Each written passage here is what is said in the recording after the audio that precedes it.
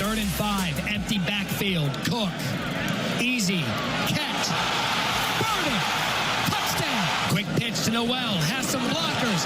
Nate Noel, touchdown. Burden in the backfield. Cook, the fake to Burden. Brady Cook, touchdown. Right up the middle, that's a touchdown for Jamal Roberts. Been all Mizzou from start to finish. 11th ranked team in the country. Racing over Murray State. Oh, baby. We don't have to open with the Cardinals for once, T-Bone. Yeah. M-I-Z. That's right. Look, we got T-Bone saying M-I-Z over here. Where were you at? Z-O-U. Oh, I was going to say I-N-I. Oh, well. You're not as excited about that one, man? We'll get back. We'll get to it. Well, with Tanner Hendrickson and Graham Francis, I'm Alex Ferrario. Happy Friday, everyone. And we're going to start it off on a happy note because Missouri football kicks the season off in fancy fashion. Of course, they win the game against Murray State. Probably expected for a lot of people. A 51-0 final score. You saw everything you kind of wanted to see in this one. You saw the explosive offense with this. Luther Burden, which I think somebody on this show said he was scoring the first touchdown in that game. So he picks that one up. You see the explosiveness of that offense. But here's the part for me, T-Bone, that really stuck out to me with a victory against Murray State. And honestly, it was kind of an area I wanted to see what it looked like. It was the defense. I mean, to win a game 51-0, again, it's Murray State. I understand. Pushover, expected victory. But just look around some of the games in college football yesterday. It is not easy to shut teams out. I mean, even the Lindenwood football team found a way to put 3 up on shout Kansas. Out the Lions. Go Lions, baby. Showed those KU Jayhawks what's up. Man, but they're so going to lose Illinois next week. Even they put up 3 points in their matchup against Kansas. But the fact that Mizzou went out there and just completely obliterated that offense for the Murray State Racers. I mean, what was their quarterback, Johansson? He looked uncomfortable pretty much all game, threw for 27 yards in that football game on top of an interception that it was a pick 6. But overall, Murray State had 85 total yards. They had 58 rushing yards, which a lot of that came in junk time there in the fourth quarter. I was impressed, and again, I know it's Murray State, doesn't really matter.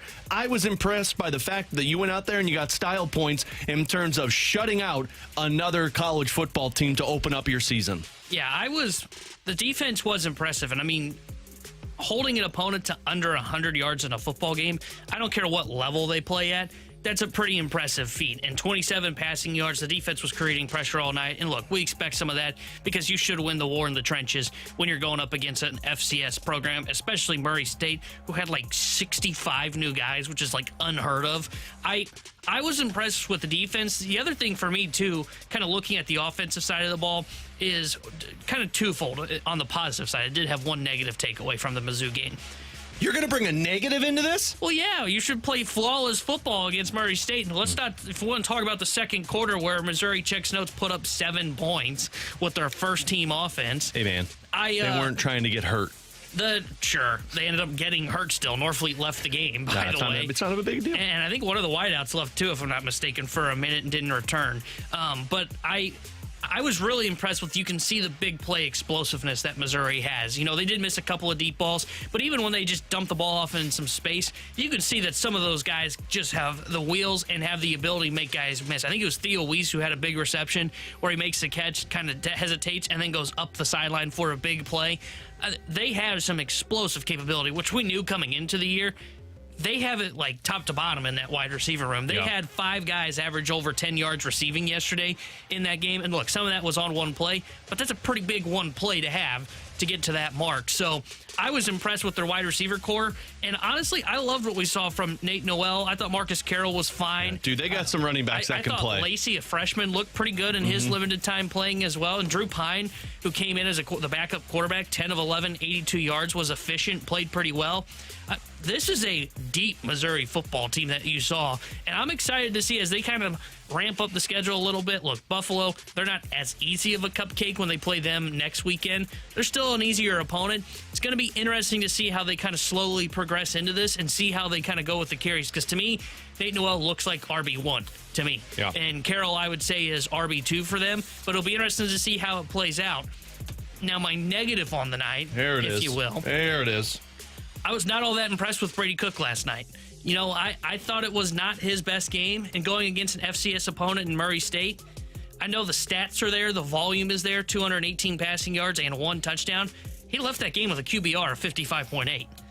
That's not all that impressive in a game in which he's playing Murray State, a terrible FCS football program. And look, I'm not saying it's the end of the world for Brady Cook. He's going to have to lock in on the deep ball because they took some shots. They were there in that game against Murray State quite often.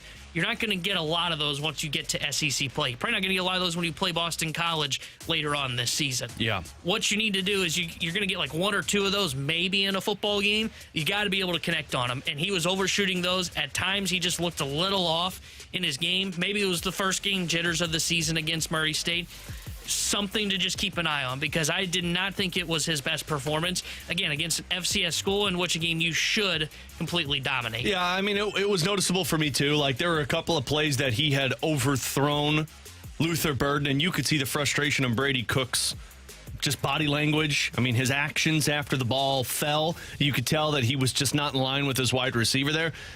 Concerning, absolutely. I also kind of just look at it and say, first game of the season, what does it look like? If you get to week 2, week 3, and he's still doing the same thing, which might be one of the flaws of Brady Cook, then I think you might have more of an issue because you do need to be perfect when it comes to taking on the Alabamas and all of these teams in the SEC if your goal is to make it to the college football playoffs and potentially further.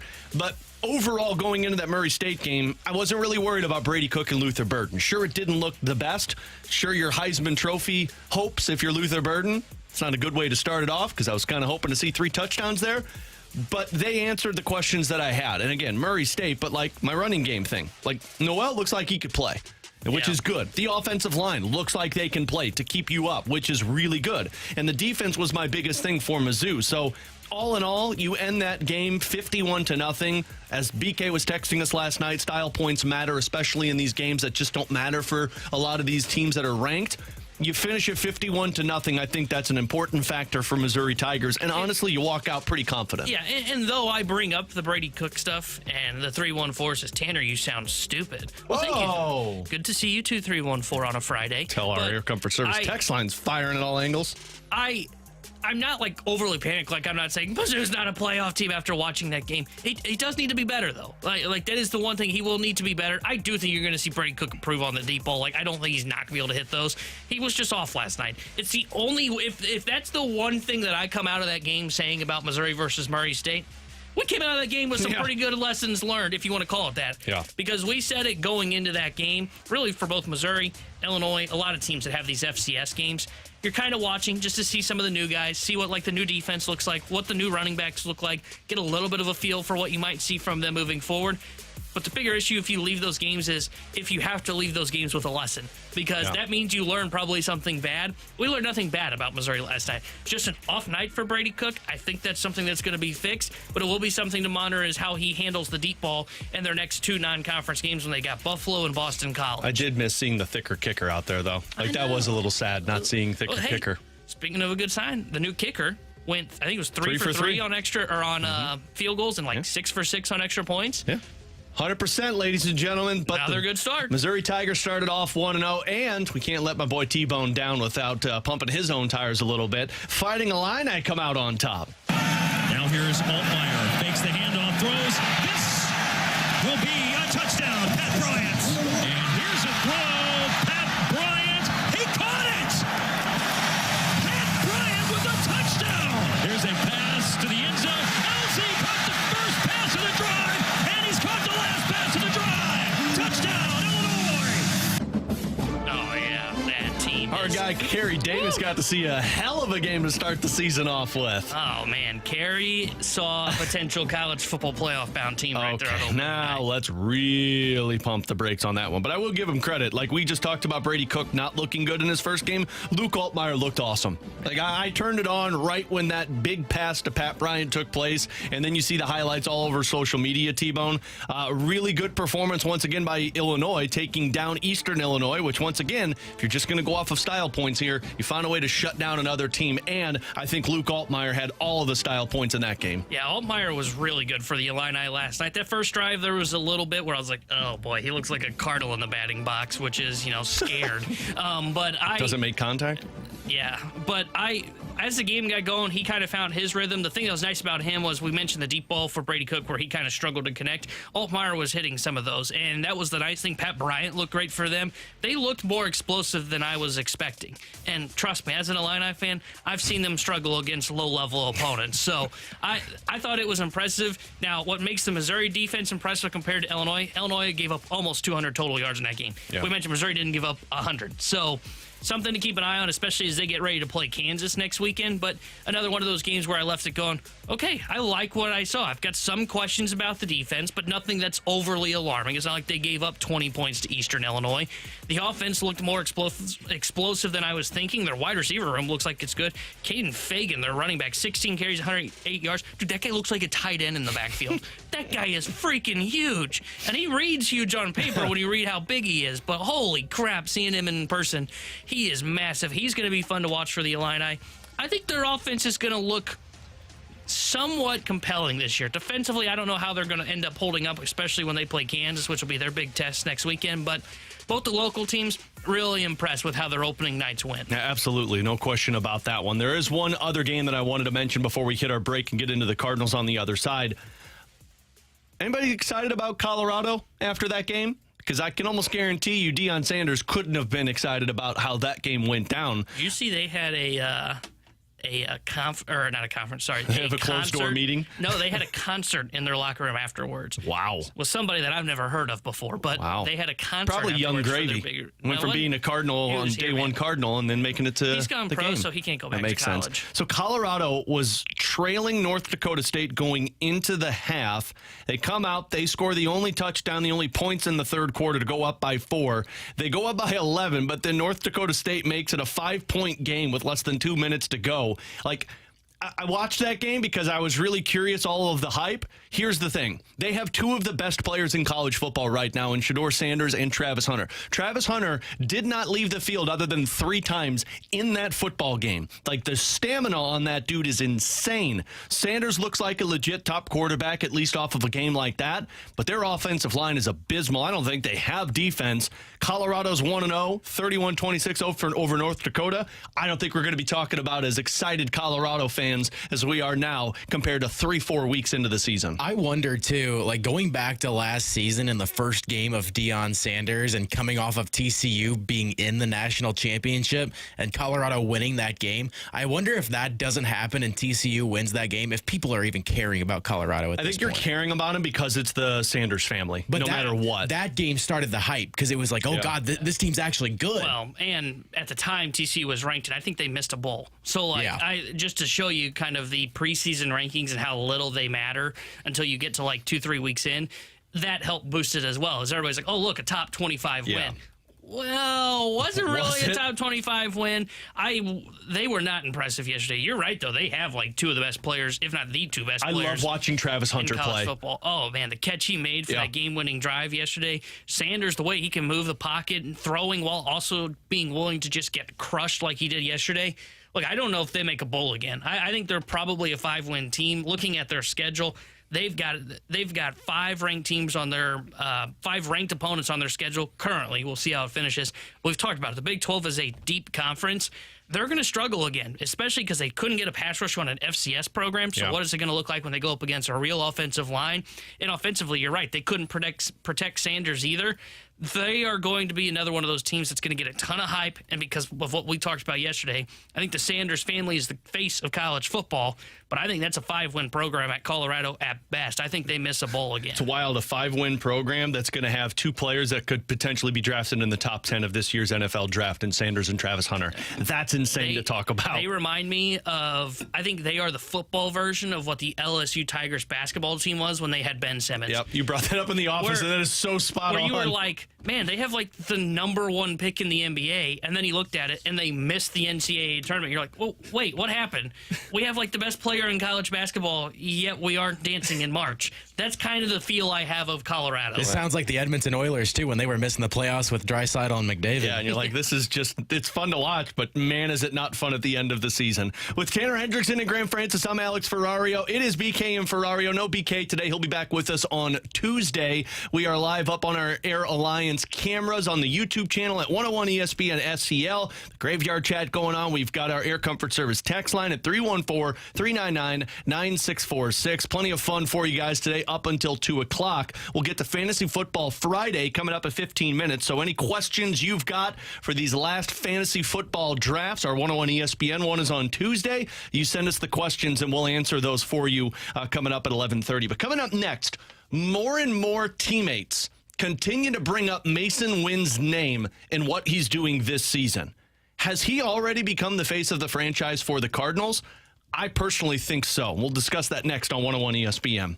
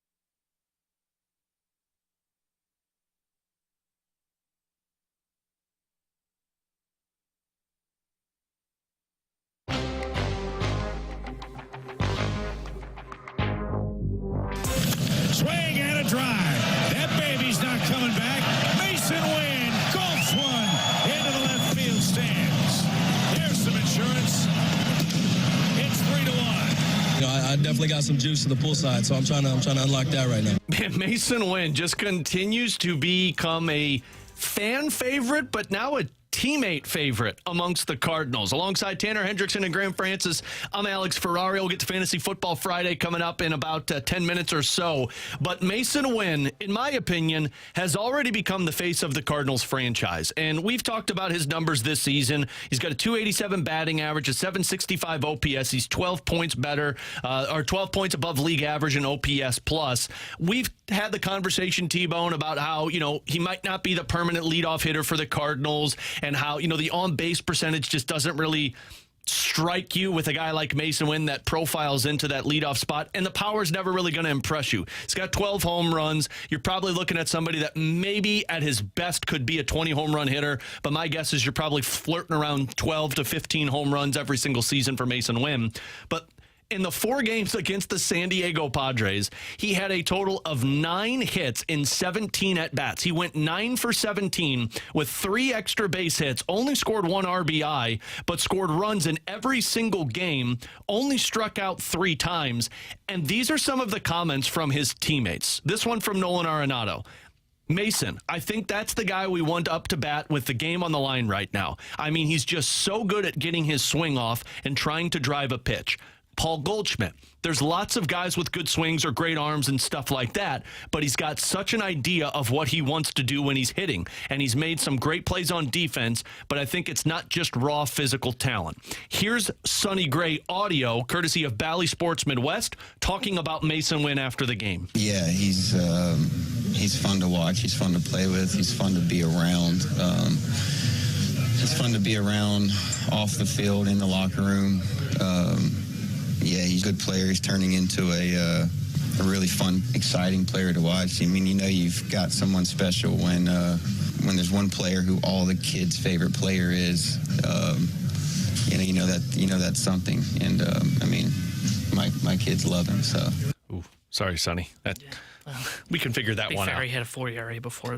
Well, that's true. Yeah, you got to work on that a little bit, Sonny Gray. But I don't think there's any question that Masyn Winn has become the face of this franchise. And I got to be honest with you, T-Bone, I think that is the best thing for this team. Jordan Walker has obviously struggled with the pressure in terms of being an everyday major league player, although I do think some of the problem is on the Cardinals side. Nolan Gorman has not hit that potential yet for you. You really don't have any pitchers that fall in line with this. Wilson Contreras is kind of there. Nolan Arenado, in my opinion, has failed in terms of being the face of the franchise for the Cardinals.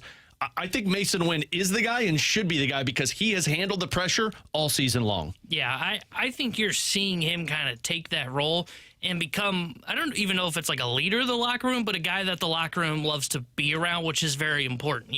It's important to be the star, but also be the guy that people don't mind being on the team with. We've seen that at times where you've got guys that are superstars. Look at Patrick Laine when he was with the Winnipeg Jets. He was a star in the NHL, and the Jets traded him because he was a problem in the locker room. They got tired of dealing with him, so they traded him away. But I love the fact that Masyn Winn continues to play with this swagger, brings something that I just can't remember the last time that we really saw from a St. Louis Cardinal that had it sustained over an entire season. Like when I think of the Cardinal stars of recent year, you think of like the Matt Holliday, the Matt Carpenter, you think of Albert Pujols in his prime.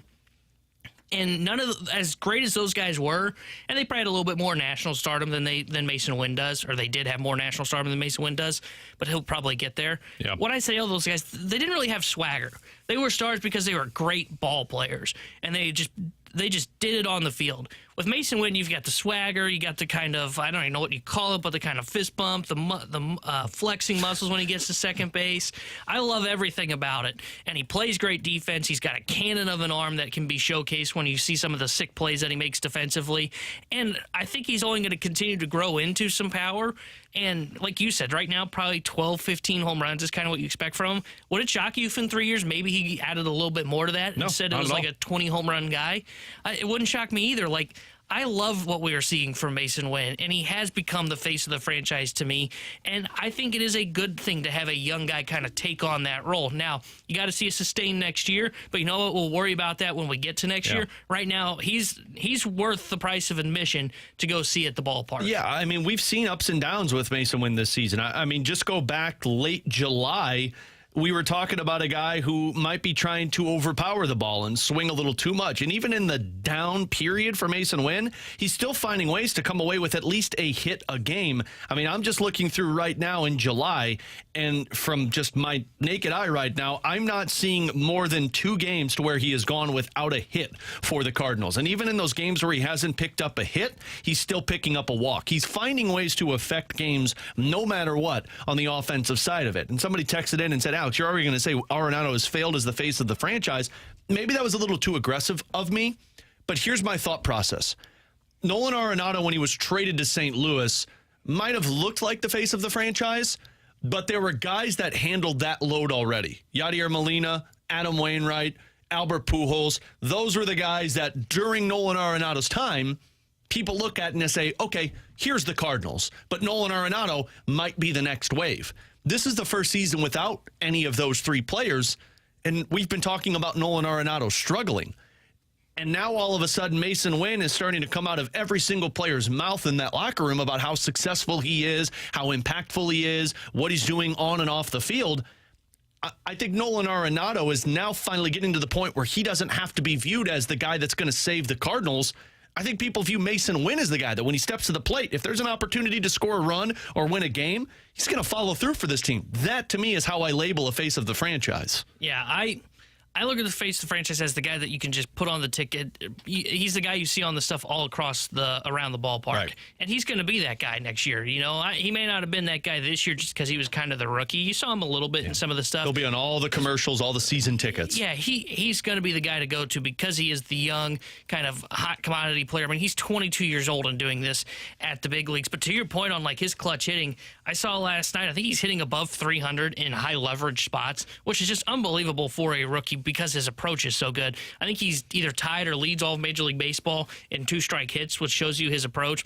And I love the fact that he's going kind of he talked a little bit in that cut that we returned with from Valley Sports Midwest stuff. He's trying to be aggressive early in counts, but he trusts his stuff enough to where, okay, if I do get down in the count, it is 2 strikes, I'm not going to panic. I'm going to be able to just take the ball the other way if I have to. I'm going to go for that single that is necessary. But at times you do need a little bit of pop, and he's got that in his game. I just love everything about what we've seen from him, and he definitely has taken on the face of the franchise. And to your point on Nolan Arenado, I kind of agree. 2021 probably would have been the year where maybe he was kind of in that role, but it was to a lesser degree because there was Yachty was still kind of the face of the franchise. Waino was still the face of the franchise. 2022, as great as his season was and Paul Goldschmidt's season was, everybody forgets about it because of Albert Pujols. Yep. And then you have 2023 where it is Paul Goldschmidt and it is Nolan Arenado, and they had good years. They were down years on their terms, but the team was awful. But the team was bad, and then we had to talk about it because there was the comment of, the guys are too young in this locker room. You had the comment prior to spring training. I think you're seeing Arenado, we talked about it yesterday, kind of molding more into that leader behind the scenes. But I would agree. I think Masyn Winn has taken on that role as the kind of, I don't think it's leader, but I think it is kind of the star of the franchise. Another area that did kind of make both you and I, T-Bone, turn our heads is Ivan Herrera's usage over these last couple of games. I don't know if people have taken notice of it, but 3 of the last 4 games, Ivan Herrera has started as the catcher for the team. The only game that he didn't against the Padres was that August 28th game where Pedro Pages got in, but he started the 2 prior, and then, the 2 prior, and then he started, of course, yesterday going 2 for 4. And I haven't seen anything that Pedro Pages is injured or Pedro Pages is they're trying to limit the usage right now, which I don't know why they would. I think the Cardinals are actually doing something right for once. I think they're realizing that, hey, it might be a lost season. We still have a shot at the playoffs, but if we're going to get in, let's get in with the guys that are going to be here next year and a part of this team. I'm glad they're playing Ivan Herrera, who has picked up 3 hits in his last 3 games against the San Diego Padres, including an RBI that he scored in yesterday's game. Yeah, I'm glad to see them playing Ivan Herrera because I do think he's got a major league bat. And I want to see, at least if you're the Cardinals, now you've kind of admitted you're out of it, and we'll talk a little bit more about that in the 12 o'clock hour, but at least play him and see if what he had been working on at AAA in terms of his defense, if it is improved. I don't think it's necessarily on him. I think Pages is probably a little better in terms of blocking and maybe even calling a game behind the plate. But if Ron Herrera's bat can play at a major league level, it can be a bat that can help you in your starting lineup. So why not find out what you have, especially now that Wilson Contreras is out. You've seen Pages for a while, but I think right now you look at Ivan Herrera and you say, okay, it's time for us to get him more at bats, whether that be catching or a DH, and make sure that you get him in the lineup and try and learn and see, okay, what does he need to work on this offseason? They get set for a series against the Yankees starting tonight with Tanner Hendrickson and Graham Francis. I'm Alex Ferrario. 314-399-9646. That is our Air Comfort Service text line. You send us your fantasy football questions. We are going to answer those for you. It's Fantasy Football Friday coming up next year on BK and Ferrario on 101 ESPN.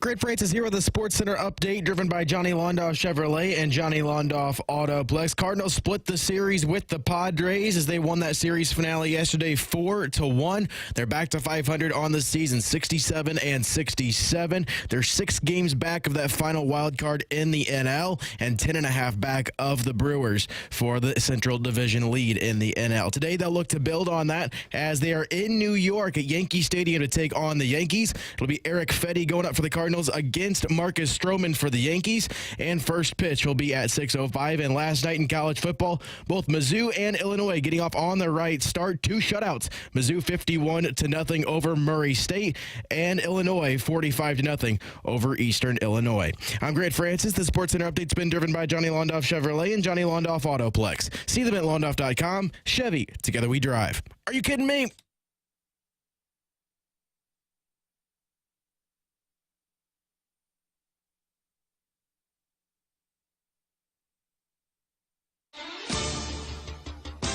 All right, it is a Friday. You hear that sounder? It's not NFL quick hitters. Instead, what we've been doing is our Fantasy Football Friday, and I know a lot of people are getting those last couple of fantasy football drafts in before their season starts up next week, and so we are here to be your experts. We are here to be your Dr. Phils for fantasy football. You know who Dr. Phil is, right, T-Bone? Yeah.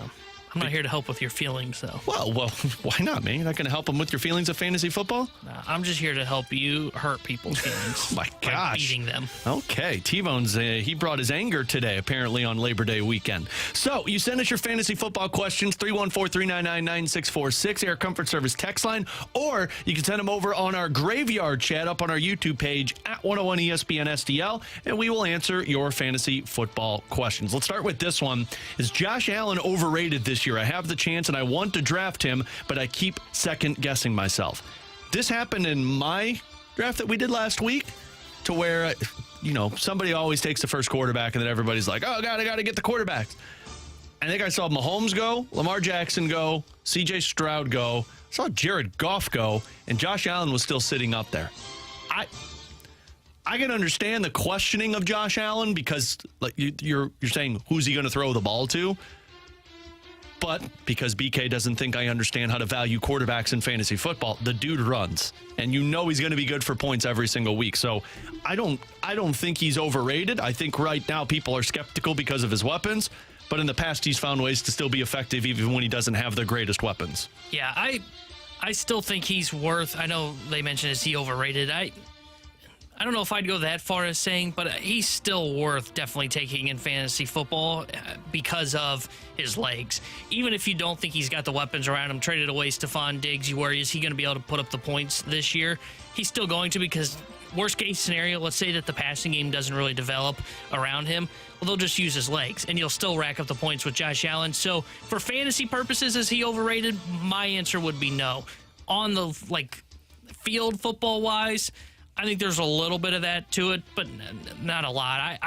He's one of the top guys to target in fantasy football this season. You kind of took the words right out of my mouth. I was going to say that I think he's a little bit overrated when it comes to his on-the-field play. I think in fantasy, though, the amount of touchdowns he puts up still makes him valuable. And again, absolutely. The run game, even though you have the interceptions, the run game corresponding with the touchdowns that he puts up, I still think he's a good player in fantasy. He's going to give you running back touchdowns on top of passing touchdowns, and he's going to give you yards in both areas of it. So I don't know how he would be considered overrated. And now I don't know if I'm going to be drafting this dude in the second round, but if he's there once quarterbacks start to go, I would be taking a chance on him over some of the other guys.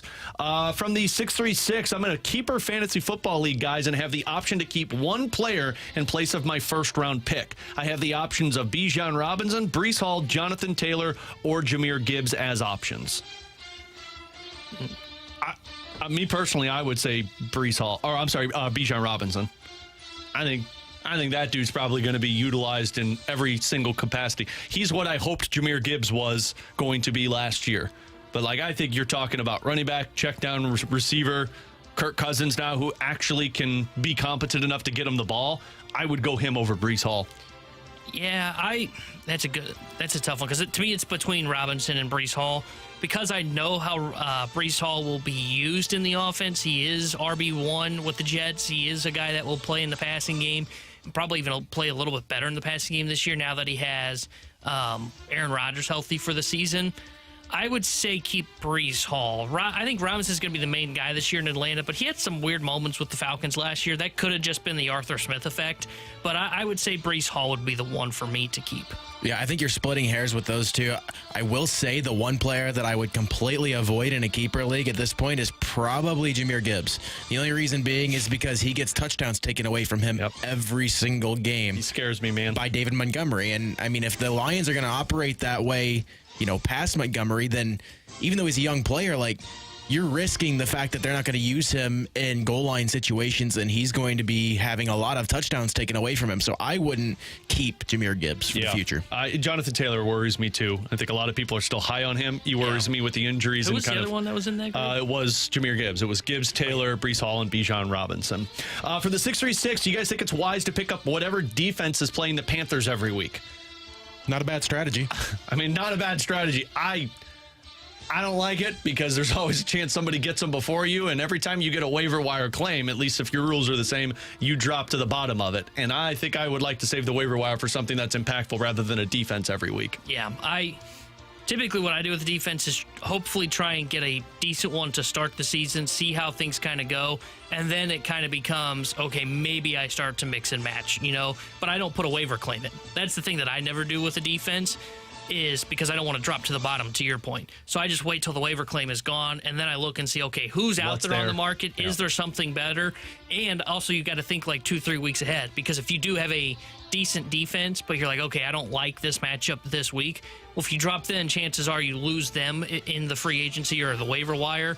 So it's a difficult game, but I do some mixing and matching. I did that late in our fantasy football league here at 101 ESPN down the stretch last season. I think there's a couple of defenses that if you get, you're pretty much set and you cannot worry about it and take a couple of bad weeks. Like Dallas last year was that team for me, where it's like you just kept it. Now, when Diggs went down, that affected them mightily, but for the first 4 weeks, you didn't have to worry about it. But if you don't get those guys, then you kind of do what Tebow mentioned, and that's how I operate. I wait until the waiver thing's gone, and then whatever defense is there, I go after them immediately.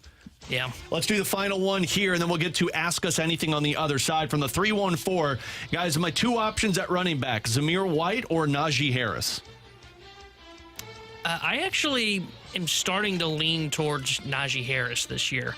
I don't necessarily like White, but the thing with Najee Harris, it's so funny because I have always felt he's kind of a overrated running back. He's not a guy that I've typically avoided him in fantasy football, but the more I look at his numbers, he's done a good job in terms of volume. He's had over 1,000 yards rushing all 3 seasons in the NFL. He's had 7+ touchdowns rushing in all 3 years. I kind of just, I guess, in my mind, just underrated the player as a whole. He's a guy, because I've talked about on Fantasy Football Fridays in the past, how I am if it's a tie between a wide receiver and a running back, I'm going wide receiver. I love to go wide receiver heavy early. He's a guy I like to target kind of in the middle rounds of the draft because there's good volume there. You know what you're going to get out of him, and I think he should be able to put up another 1,000-yard season. So I personally like Najee Harris better than White. I would agree with you, and I don't think you've seen the best of Najee Harris yet. Watching him at Alabama for the longest time, he was amazing at Alabama, and that doesn't always translate. Trent Richardson is a great example, but a lot of those Alabama running backs go on to play very well, and while Harris has had those 1,000-yard seasons, he hasn't had that huge breakout season. I think that'll come for him. Tanner Hendrickson, Graham Francis, I'm Alex Ferrario. We're actually going to have a little special thing for you because at the end of the show today during our rewind, Anthony Stalter and Donnie Fandango, who are hosting the Fast Lane today, they're going to pop down and we're going to do our draft pick selection drawing for our draft on Tuesday in the 101 League. So you get to hear kind of Stalter and Donnie join us for that one. But coming up next, 314-399-9646. It is Ask Us Anything, a Friday staple. You send us a question, we'll answer it next here on 101 ESPN.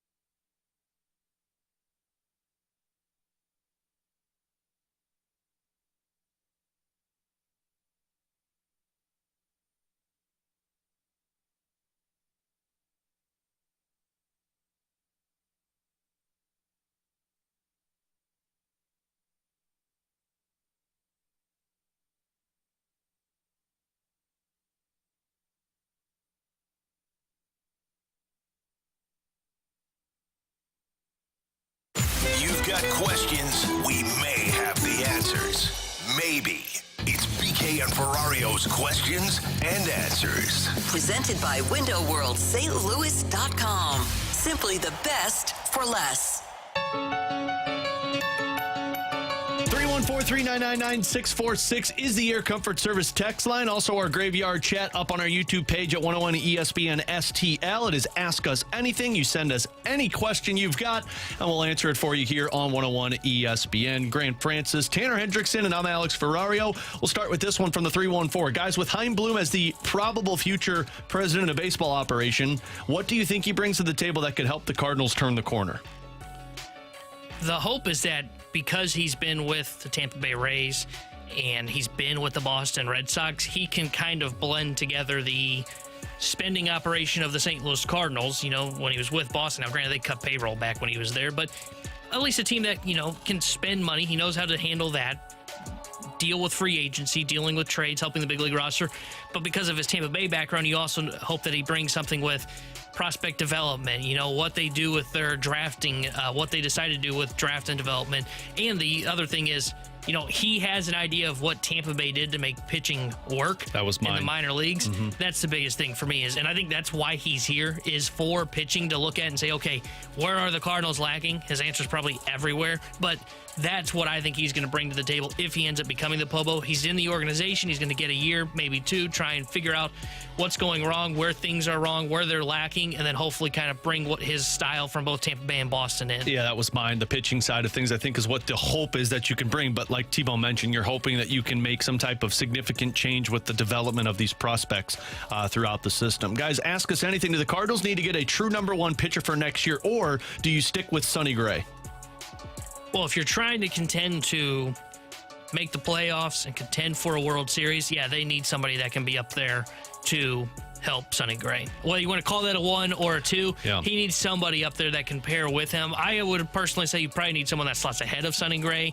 I think this season has shown that he is why he's been viewed as a 2 across baseball, even though he's had some really good years like last year with Minnesota. But the home run ball scares me now that has become a major issue for him, not just a slight increase, a significant increase against him. If you're trying to compete, yes, you need somebody to slot ahead of him. But if you're going to go youth movement, Sonny Gray's the perfect veteran I would have in that locker room to be your number 1. I think what the team needs is they need somebody to pitch at the same level with Sonny Gray, like T-Bone mentioned. Ideally, you'd love to get a guy who slots ahead of him. I don't know if that makes any sense for this team right now, though, because I don't know if they should be in the same mindset of competing next year. I think they need to kind of take a step back before they take a step forward. And if you're going to do that, you just get somebody who can pitch to the level of Sonny Gray, because right now you haven't had any of those guys. Kyle Gibson did it for a short sample size in the front end of the season. Right now, Palante is doing it. I don't think any of us believe it's sustainable. You just got to get somebody who's up there with Sonny Gray with a 1-2 punch that you can trust every time they head out there to every fifth day for the Cardinals rotation. From the 636, guys, tough conference for a new young team like the Blues. What are your measurements for a successful season for the Blues? Is it better goal differential? Is it a postseason appearance? What are you measuring it off of? I mean, for me, it sounds hard to say because it's nothing that you can look up on NHL.com. I think it's going to be the eye test. I really think it's going to be kind of watching the team play. What they didn't have last year that I thought they were going to have was more physical play. And honestly, it never felt like they came together as a group. It felt like it was, once again, just one and dones. It felt like there was no chemistry with that team. And it makes sense because Berube was fired. You brought somebody in, got it there for a little bit. For me, how I'm going to be judging is do you look like you're taking steps in the direction of a group? Does it look like you have an identity? Because last year they didn't have an identity. Those are going to be the areas that I'm measuring it off of. If you miss the postseason, if you miss it by 4 points, that's a progress. If you miss it by 14 points, that's not progress. So sure, you can look at it that way.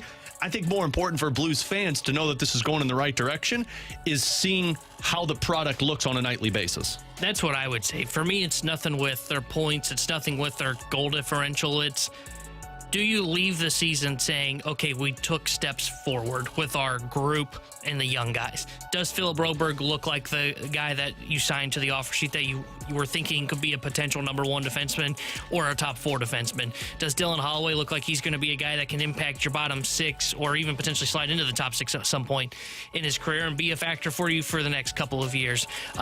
Jake Neighbors doesn't have a Cardinals type sophomore slump, but instead he has a sophomore surge, like those are the kind of things that I am looking for. It's more of just the development side. So they are in a retool. I'm not worried about the playoffs. Don't get me wrong. Playoffs would be great and I'll be rooting for them to be a playoff team. It's more about, are you seeing steps in the right direction for them? Yeah. For me, if they were in the Eastern Conference, I would say they have to make the playoffs. Like, I think if they were in the East, they'd be a top wild card team. And if they were in the Metro, I think they'd be top 3 in the Metro. I think if you're in the Eastern Conference, you were one of the 8 teams no matter what. But, I mean, the Western Conference got better as a whole. The Central Division really got better. So I don't expect them. My expectation is not for them to make the playoffs. It'd be great if they did. That's not the expectation for me. I think my expectation, and Doug Armstrong has talked about this, it's not the fact that they're going to lose games, it's how they lose them. And it's not losing to the San Jose Sharks multiple times. It's not losing to the Columbus Blue Jackets multiple times. Like, even going back to that Nashville Predators game that they had on home ice when they were up, I think, 4 or 5 points in the standing at this point. I think it was in February, and they just completely laid an egg. They did not show up. It's those type of games that this season, that's the expectation, that even if you lose, you're not going to feel bad after losing that game that we just didn't show up at all. So since we're on the topic of hockey, Grant, you can bring the background music down here. We have gotten a lot of texts asking about the awful news in the National Hockey League today. If you've missed it, Johnny Gaudreau, the former Calgary Flame, the current Columbus Blue Jacket, he passed away today at the age of 31. His brother was 29. They were riding a bike in New Jersey, and they were hit by a vehicle on their bicycles late at night, and they both passed away. And honestly, I didn't see this last night. I woke up this morning on social media and saw all of the news of Johnny Gaudreau passed away. And for how social media is, the first thing you think of is like, okay, is this a hoax? And then you start seeing the NHL send out the statement and Columbus Blue Jackets send out the statement. And, I guess it doesn't hit home for people if the athlete is not in your city like it does for people in Columbus. Like in St. Louis, when Oscar Taveras passed away, I think everybody was just taken back by it, passing away. And for a player in the National Hockey League, you look at it and you're like, oh my gosh. I think what really hit home for me was when you read that he passed away and he had 2 2-year-olds that are going to be left without a father, and his wife, of course, who is now a widow. And then you look at it further and you realize that his sister's wedding was today. And I mean, honestly, sitting at the dinner or the table this morning with my girls while we were eating breakfast, and you're reading that, and I mean, you kind of have to take a deep breath and take a step back. It's awful. I mean, there's no real words for it when something like this happens, especially, Grant brought it up. I mean, how often do we see guys who are established professional athletes pass away in their prime? And that's what Johnny Gaudreau is, 31 years old. So it's horrible news. This is going to impact hockey probably for this entire season, and if not longer. I already saw that in the junior tournaments that's getting played over in Slovakia, they've had a moment of silence multiple times. But, we get into the athlete, the professional sports side of it, which of course is awful as a fan to see something like that pass away. But then the human element of it, that's what really hit me when you hear that it's 2 2-year-olds that are going to be left without a dad. 31 years old, Johnny Gaudreau passing away, who, just 2 years ago signed a contract with the Columbus Blue Jackets. It's awful news. Kind of say it kind of tongue in cheek when you see people and you see them for the last time and you say, hey, be careful out there. But you really have to mean it for something like this, for something as scary that happens to Johnny Gaudreau getting hit by a car when he's on the bicycle. Yeah, terrible tragedy through the NHL. Thoughts and prayers with the Gaudreau family. And you're right, it really hit home this morning when I saw the news that, he's leaving behind 2 very little ones. I can't even imagine. And especially when he was supposed to have his sister's wedding today and was supposed to be a groomsman with his brother in that wedding as well. So thoughts and prayers to the Gaudreau family. Terrible tragedy in the NHL this morning. Hug your loved ones tight, because, man, that's just, that really hit me there for a couple of minutes this morning. Like I'm sure everybody who found out about it, whether it was on social media or if you're hearing it right now, that he passed away. So Tanner Hendrickson, Graham Francis, I'm Alex Ferrario. Coming up next, we'll get into the Cardinals move of waiving Tommy Pham yesterday here on BK and Ferrario on 101 ESPN.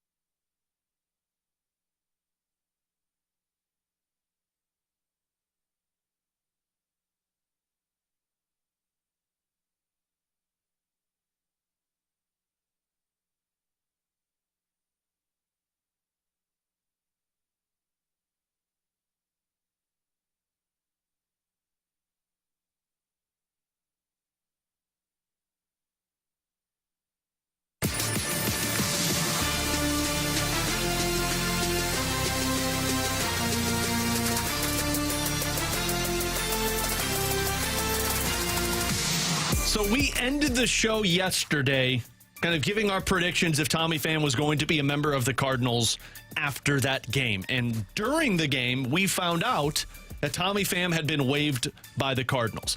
He wasn't in the lineup yesterday. It kind of felt like the writing was on the wall for a guy that wanted to be a part of a playoff team. He was acquired and then was used as a platoon bat.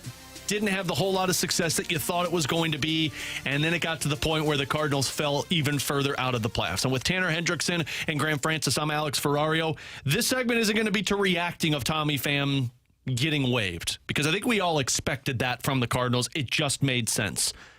I think the bigger reaction and the bigger news from this is, what are the Cardinals going to do with that roster spot?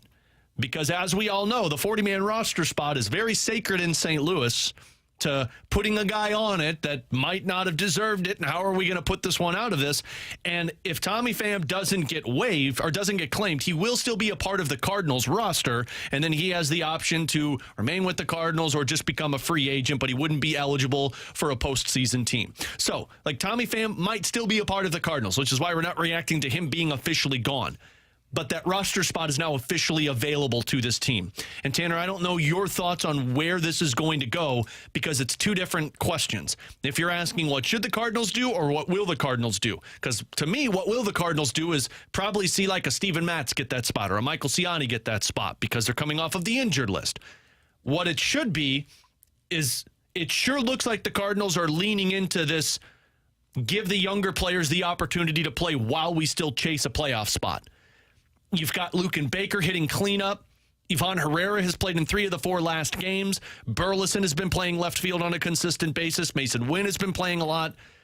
If you're asking me what they should do with this roster spot, Jordan Walker should be up, because Jordan Walker should be playing in right field every single game for this team down the stretch. But I believe they're going to use this roster spot for one of these starting pitchers that is going to come off of injured reserve, and then you put him in the rotation or the bullpen, and then you adjust from there. Yeah, I tend to agree with the thought process for Jordan Walker of call him up. You now have a spot for him. There no longer is the, well, how do we kind of make this work? Do we go platoon route? That would be the option for me. Now, I do like the idea of, if he does get claimed here in the next, I think it's like 24, 48 hours. Yeah. If he is claimed, it does open up a 40-man spot, so it does open up even more possibilities for the St. Louis Cardinals. You can go with Walker. You can go with Gorman, who are on the 40-man. Ciani, I don't know if he'll be ready or not in time by the time he gets claimed. But now you also could look at a Thomas Ajacey, and I think that's where it becomes a little interesting is, okay, how do they want to go? Do they want to see somebody that they haven't seen this year? Do they want to see what a Thomas Ajacey or a Cesar Prieto or the outfielder that's been playing well, Matt Koperniak? Yeah, Koperniak. So it took me forever to remember how to say that. Koperniak, do they want to see what he looks like? He's played pretty well over the last 2 seasons at the minor league level, and his numbers look really good at AAA. Will it translate? No idea, but maybe it's worth just giving him a 1-month look.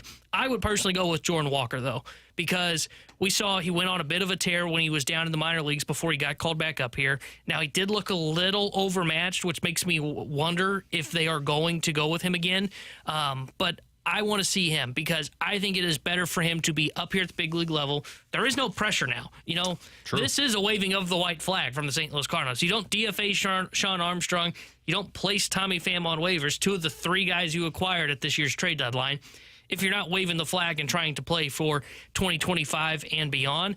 So with that being the case and there's no pressure, I just want to see Jordan Walker up here. And you know what? If it doesn't go well, hopefully that's the moment where it clicks for Jordan Walker. That is, hey, you know what? What I'm doing is not working. Here's what I need to work on this offseason.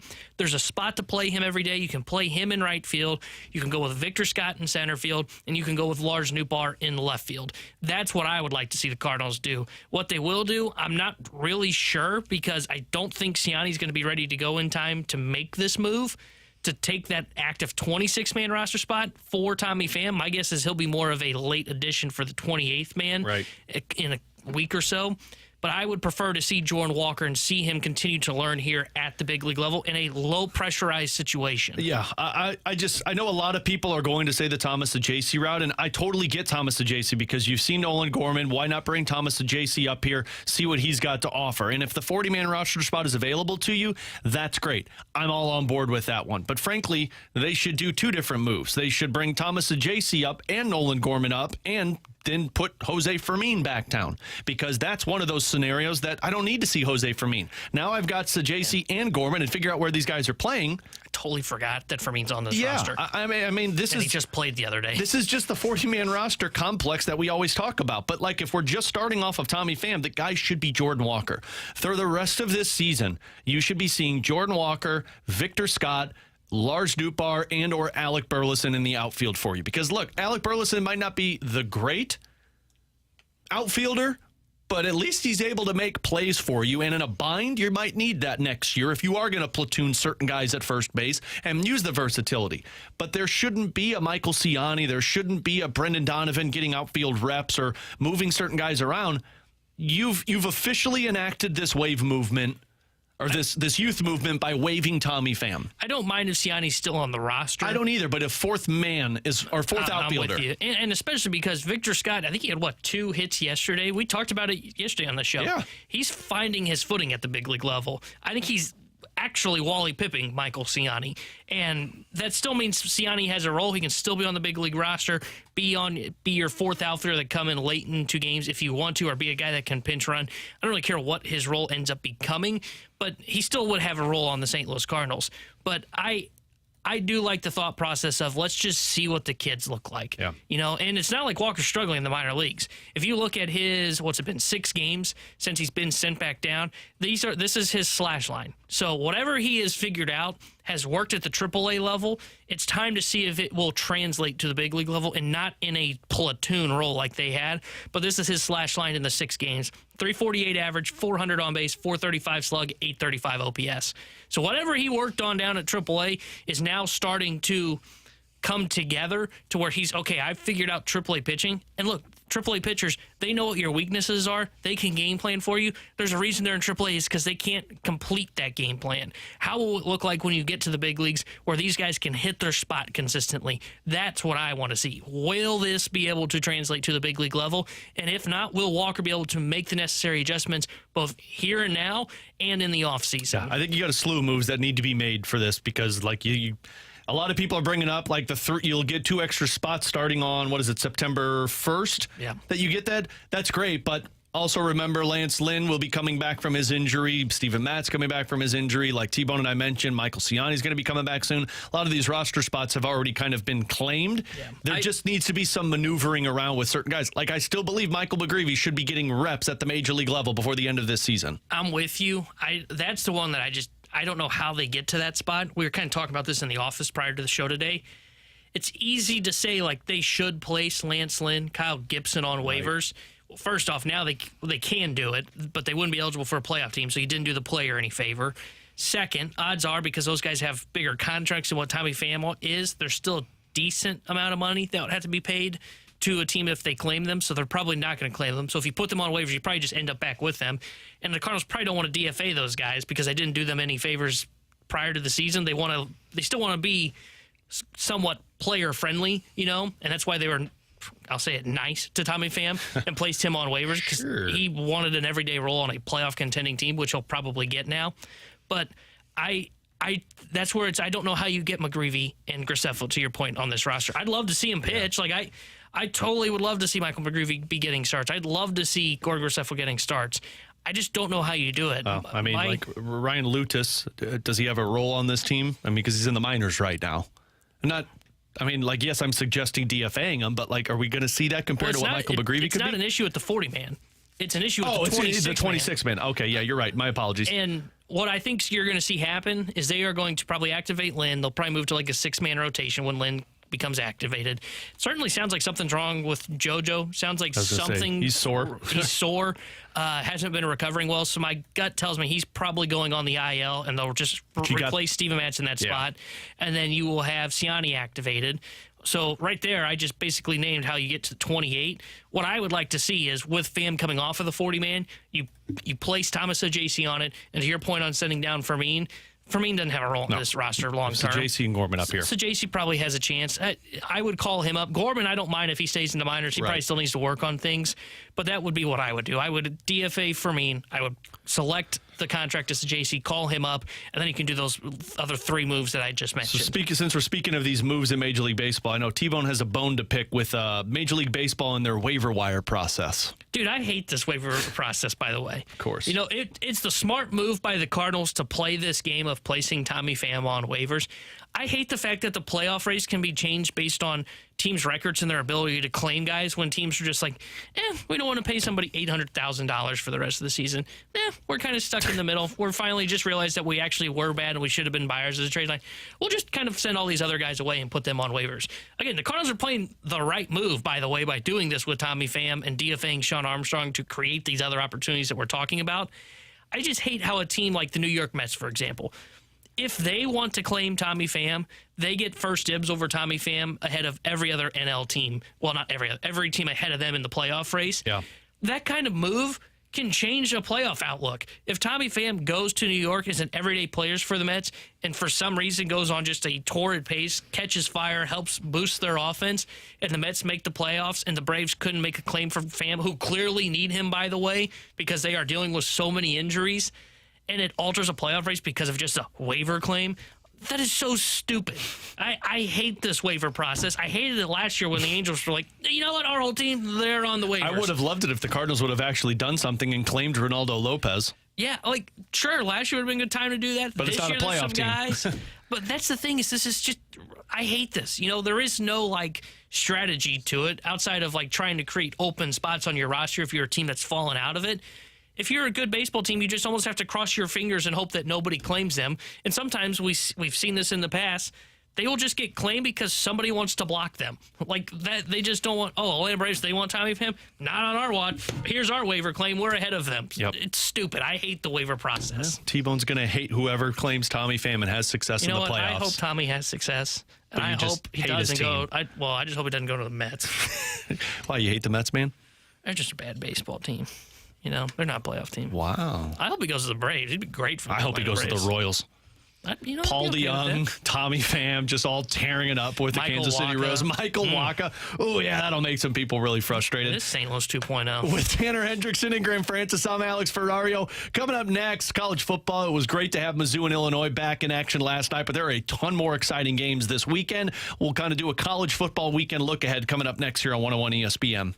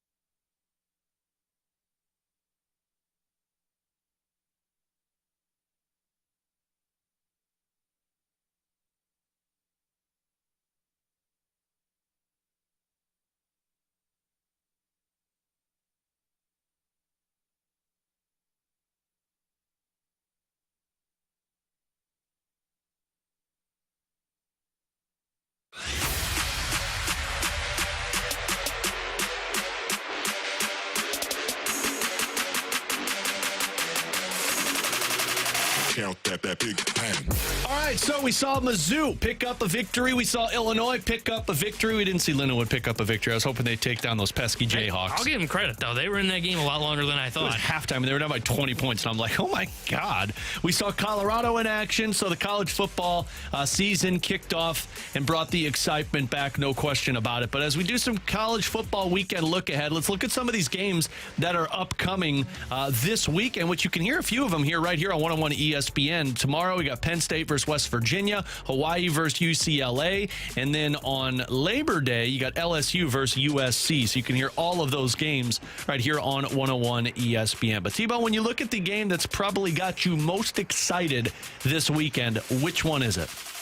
And should we take out the Clemson-Georgia one? Oh, I don't know if anybody's excited about that one.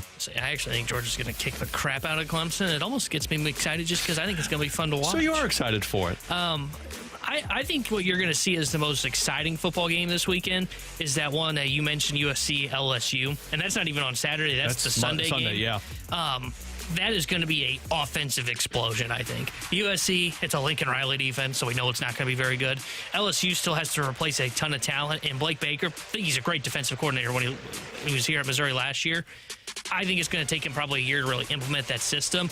I think that's the game I'm most excited about because I think this is just going to be, if you like offense, this is the game for you. And then one other that I would throw out here, and it's not a two top 25 teams going at it. I'm excited to see South Dakota State, Oklahoma State, because those Dakota teams, man, they are pesky, as Colorado learned last night. Yeah.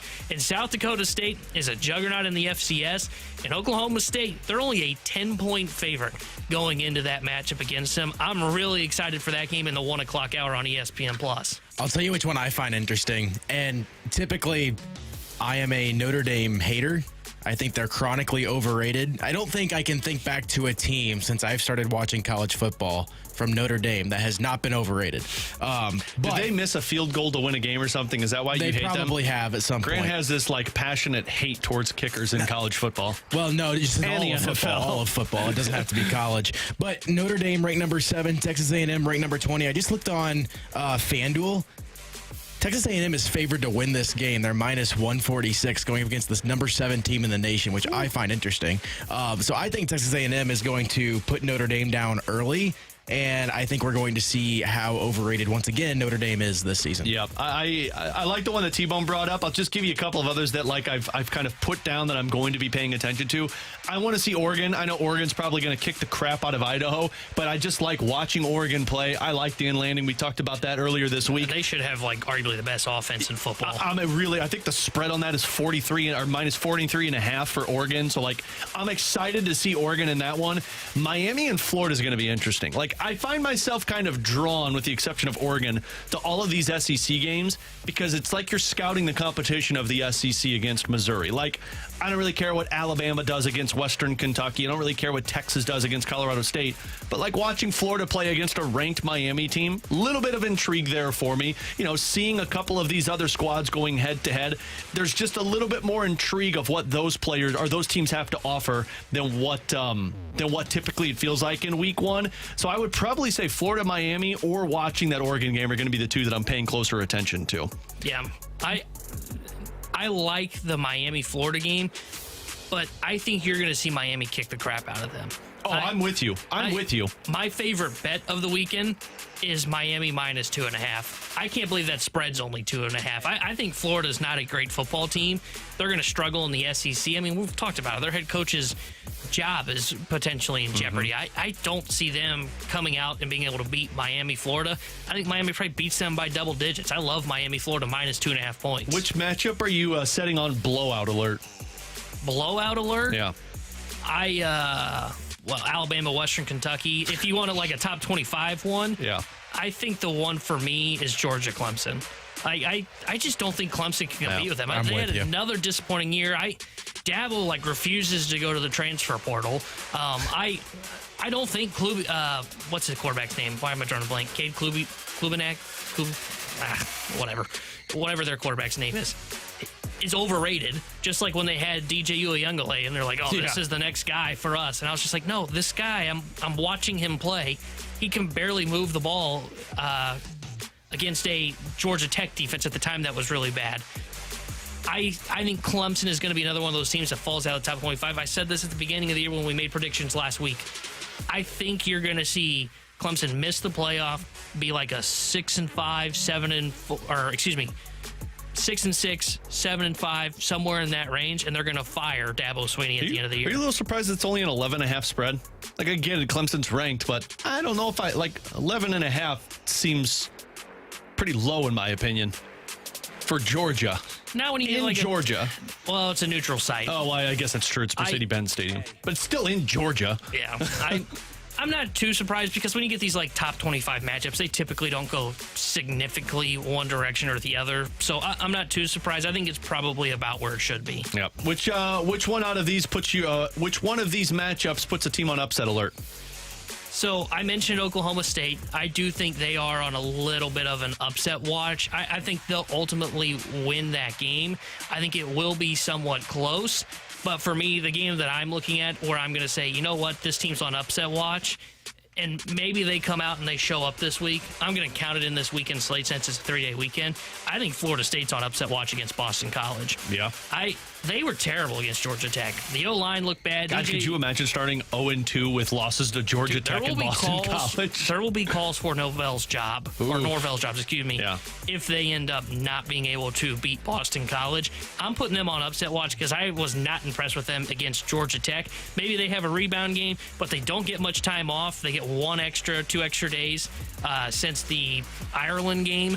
I'm putting them on upset watch. I don't know if this is considered a upset because I think at least on the spread they're favored, but in terms of rankings it's going to be upset. I like Texas A&M over Notre Dame. That's not really an upset when they're favored by 3 and they're at home. Yeah, but it's a 7 versus a 20. Yeah, but as we talked about, preseason rankings don't mean squat because some of these teams aren't there. Sure, but the headlines are going to be number 20 takes down number 7 Notre Dame. You need another upset. I don't think so. And also, last night on the broadcast for the Mizzou game, they were showing the college football playoff brackets, and Notre Dame was on every single one of theirs. You can't be an upset pick if you're at home and you're favored. I don't care what your ranking is. I mean, we'll find out when all of social media is like, number 20 takes down number 7 Notre Dame. Takes down, not upsets. That's a different conversation. We'll call it an upset. You want to know one that's a little bit off the board? Alex, if you're putting one of your 11-leg parlays together, maybe this is one you throw in there. Because I don't know anything, honestly, about these two teams. I just know about them generically. But I'm looking at TCU and Stanford. And Stanford's plus 260, and they're at home. I could see them beating TCU just because TCU's just another one of those typically overrated colleges. And the fact that they're going on the road, I could see them losing week 1. All right, we touched on a couple of these outcomes, but let's just roll through these real quick with the three of us as we do our college football kind of look ahead. Clemson versus Georgia. We're all in agreement. Georgia wins that one and easily covers the spread, right? Yeah, 11.5. Cover the 11.5 spread. So then number 19, Miami against Florida. What's the spread on that one? It's -2.5 Miami. We all said that one's going to be an easy cover for Miami. I think Miami wins that one. They go into the swamp and they beat the Gators, and I just don't think Florida's great. I don't trust their quarterback in Mertz. I think Miami will cover that spread. T-Bone doesn't consider it an upset. I do. Texas A&M and Notre Dame. With the spread on that one, 2.5 Texas A&M, or now it's 3 Texas A&M over Notre Dame. Yeah, this would actually be an upset pick because they're not favored. I think Notre Dame will win that football game. I think A&M is a team that I don't really know what to expect from them. They got a new head coach, the coach from Duke that came in. The Notre Dame quarterback was the one from Duke, Riley Leonard. I actually like his game. If he's healthy, coming off of the ankle surgeries he had in the offseason, I think Notre Dame will beat them. I think it'll be close. It'll be a good football game. I think it's got the chance to be the best football game of the weekend. I like Notre Dame in this one. Here's what I like in that game. I like letting Notre Dame getting an early lead and then putting a little money on Texas A&M to come back and beat them. That's what I like in that game. That's how you win money. That's for sure. I'll have to be sending Grant all of our money off of Venmo so we can put in those in-game bets for us. And then, of course, the game of the weekend, no doubt, USC versus LSU. This one's neutral side also. It's in Las Vegas at Allegiant Stadium. Line's LSU -4. Pretty simple. I think LSU covers that one. I don't know if I like a USC this season. Yeah, it'll be interesting to see what the USC offense looks like because we know that's how they're going to have to win, right? So Can they replace Caleb Williams, their quarterback? That will get the start for him. He started their bowl game last year, looked pretty impressive. Same for LSU. I think LSU wins. I think though their defense is going to need some work throughout the season, I think they've still got the better defense than what USC has. And I think I heard them talking about it on the Mizzou broadcast last night, if I'm not mistaken, that LSU has like the best offensive line in the country. So I think LSU's got that one too. Cool. Plan for all of us to be wrong with all of this college football weekend look aheads. Well, maybe not Tanner, but me and Grant, absolutely, with the college football week ahead. He's Tanner Hendrickson and Grant Francis. I'm Alex Ferrario. Coming up at 15, we'll get to the junk drawer, but coming up next, Cardinals clearly playing for 2025. So which Cardinals player has the most to prove in this final month and a couple of weeks of the season? We'll get to that next year on 101 ESPN.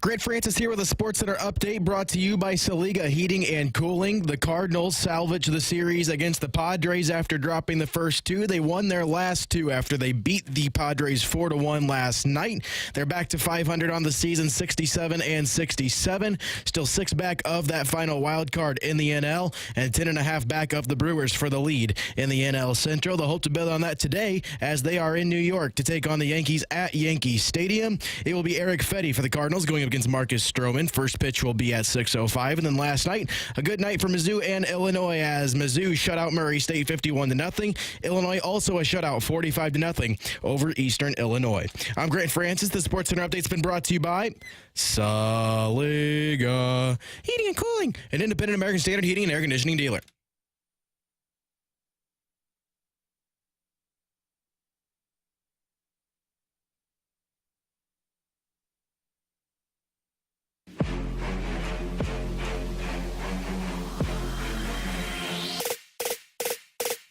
Along with Tanner Hendrickson and Graham Francis, I'm Alex Ferrario. So it sure as heck seems like the Cardinals have basically stated that they're playing for 2025 without officially waving the white flag, because technically you still got a shot, and they won the last two games.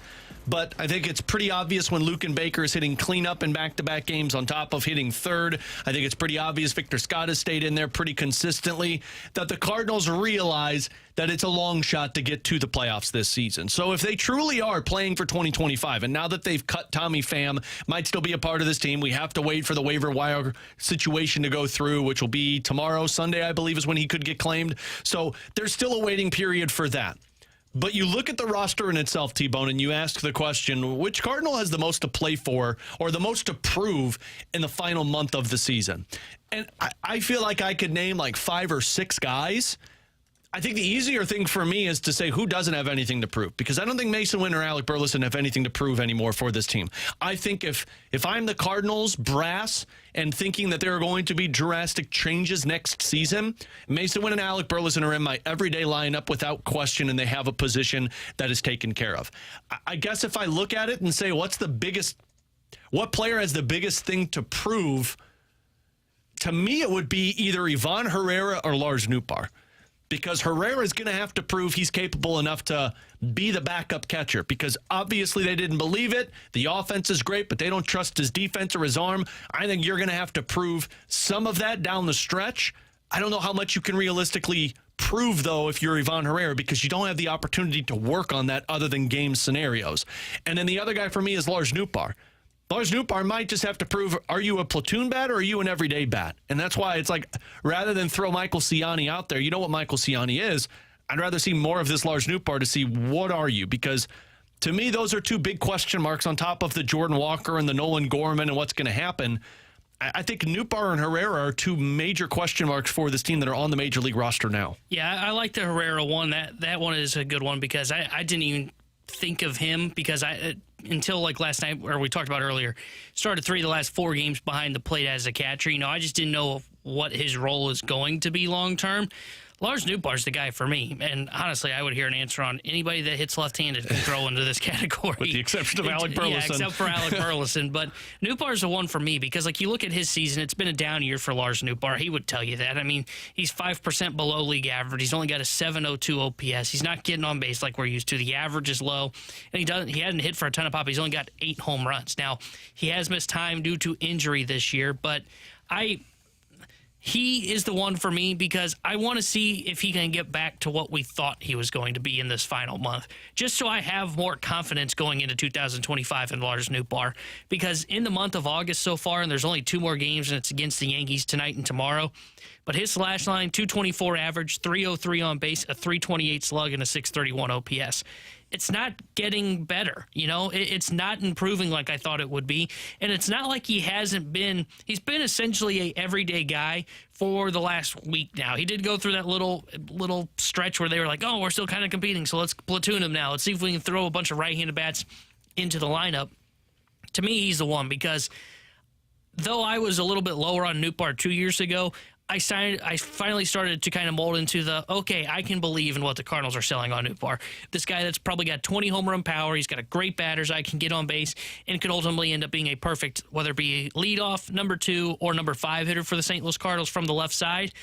This year's been just a down year for him. He's the one for me that I look at and say he's got the most to prove, and I want to see a good final month from Lars Nootbaar. It's weird, because for how bad this offense has been, and we're just going off of the Major League roster, because, of course, Jordan Walker and Nolan Gorman aren't here, and obviously they have a lot to prove. But for how bad this offense has been, I don't know if there's any more than just 2 guys that have something to prove this last month, T-Bone. And maybe I'm missing somebody right now. I don't think Victor Scott really has anything else to prove. He's shown me the ability to kind of adjust to the Major League level. So for me, I'm looking at that as a part of your team next year. We mentioned Winn and Burleson. Arenado has started to go the other direction. I don't think you can prove anything, to be honest with you, because I think everybody's going to doubt that going into next year no matter what. Goldschmidt, we all believe, isn't going to be a part of this roster, and Contreras is hurt. I don't know if there's any other offensive players that have something to prove, because we know what a lot of these guys already are. One more that I would throw out there, and, I think Walker's still developing. I think it's fair to call it that for Jordan Walker. So I don't think he's in 22 kind of years old. Yeah, I don't know if he's really in the he's got to prove it stage, or he's in the I got to prove it thing. I wonder if Gorman falls into this category. And I understand he's at AAA right now, but he's going to be 25 next season. Will be his age 25 season. We've seen him for really 2.5 years now at this point. Yeah. And I understand that he's probably not going to be a guy that's going to cut down the strikeout rate. But, you can live with what his strikeout rate was last year if you get the production. Well, can he get closer and get back to that? Can we see him back at the big league level again this year? I think more of what Nolan Gorman has to prove is, can you force your way back onto this roster? Can you fix your swing quickly at AAA and get back up here, and we see some of those improvements and kind of wash away this year as, hey, just year from hell for Nolan Gorman. Something went awry. He was able to fix it in AAA, and now hopefully we can go into next season saying, okay, he is the second baseman for us that we start. He's the other guy that I would point at kind of offensively for me. Yeah. And then I think if you look at the pitching side, I think that's what I was going to go to next. I don't know if there is anything that needs to prove to me. I think there's one pitcher that I would say is, and it may not even be prove it, but it is one just to keep an eye on, I would say, for the final month is Riley O'Brien. Didn't get to really see him early on in the year. He's made, one appearance since he's been activated from the injured list. To me, he's a guy that's kind of playing for, okay, what do we have in this arm? Can he be a big league bullpen arm that we rely on next year, that he's got nice stuff? Or is he probably a guy that kind of slides into because I don't think you DFA him unless he's just really bad. Yeah, you just do the Memphis Highway. Memphis shuttle, Is he a guy that we can say, plan on him being in our bullpen next year that maybe ends up riding the Memphis shuttle? Or is it, he's probably more on the depth side of things? It's more of what he's trying to prove is more of what is his role for the Cardinals next year. And that's with also on the mindset of, the Cardinals could be going through a youth movement next year. Yeah, I that's a good one. That's kind of why I'd like to see other guys from the bullpen. Like, I'd like to see more of Roycroft down the stretch to find out, are you going to be an impact arm in this bullpen for this team? I know you still on the 40-man, and I don't know if they're on the injured list, but Roberse and Kloffenstein, those two guys, where are you kind of falling in line of what the Cardinals' expectations are? You're not going to bring up Quinn Matthews or Tink Hence. You're not going to bring up, although it seems they're not going to bring up, they should bring up Michael McGreevy. Those are the guys, pitching-wise, that they can prove something, but I don't know if it's proving something to where I believe or don't believe. It's proving to see what impact do you have on this roster. When I look at that bullpen from top to down, I either have guys that have proven to me who they are, i.e. Matthew Liberatore, Ryan Helsley, Andrew Kittredge, although he's had his moments, JoJo Romero, and then I look at other guys that I'm thinking, I don't really know where you fall into this one. I guess one that I could put on this is Steven Matz. To me, you can't prove anything to me as a starting pitcher if you're Steven Matz. I'm done with that. No more of me believing you're going to be good for the season and then you give me one good month and then I'm done with it. You could prove to me you're an elite arm in the bullpen for me.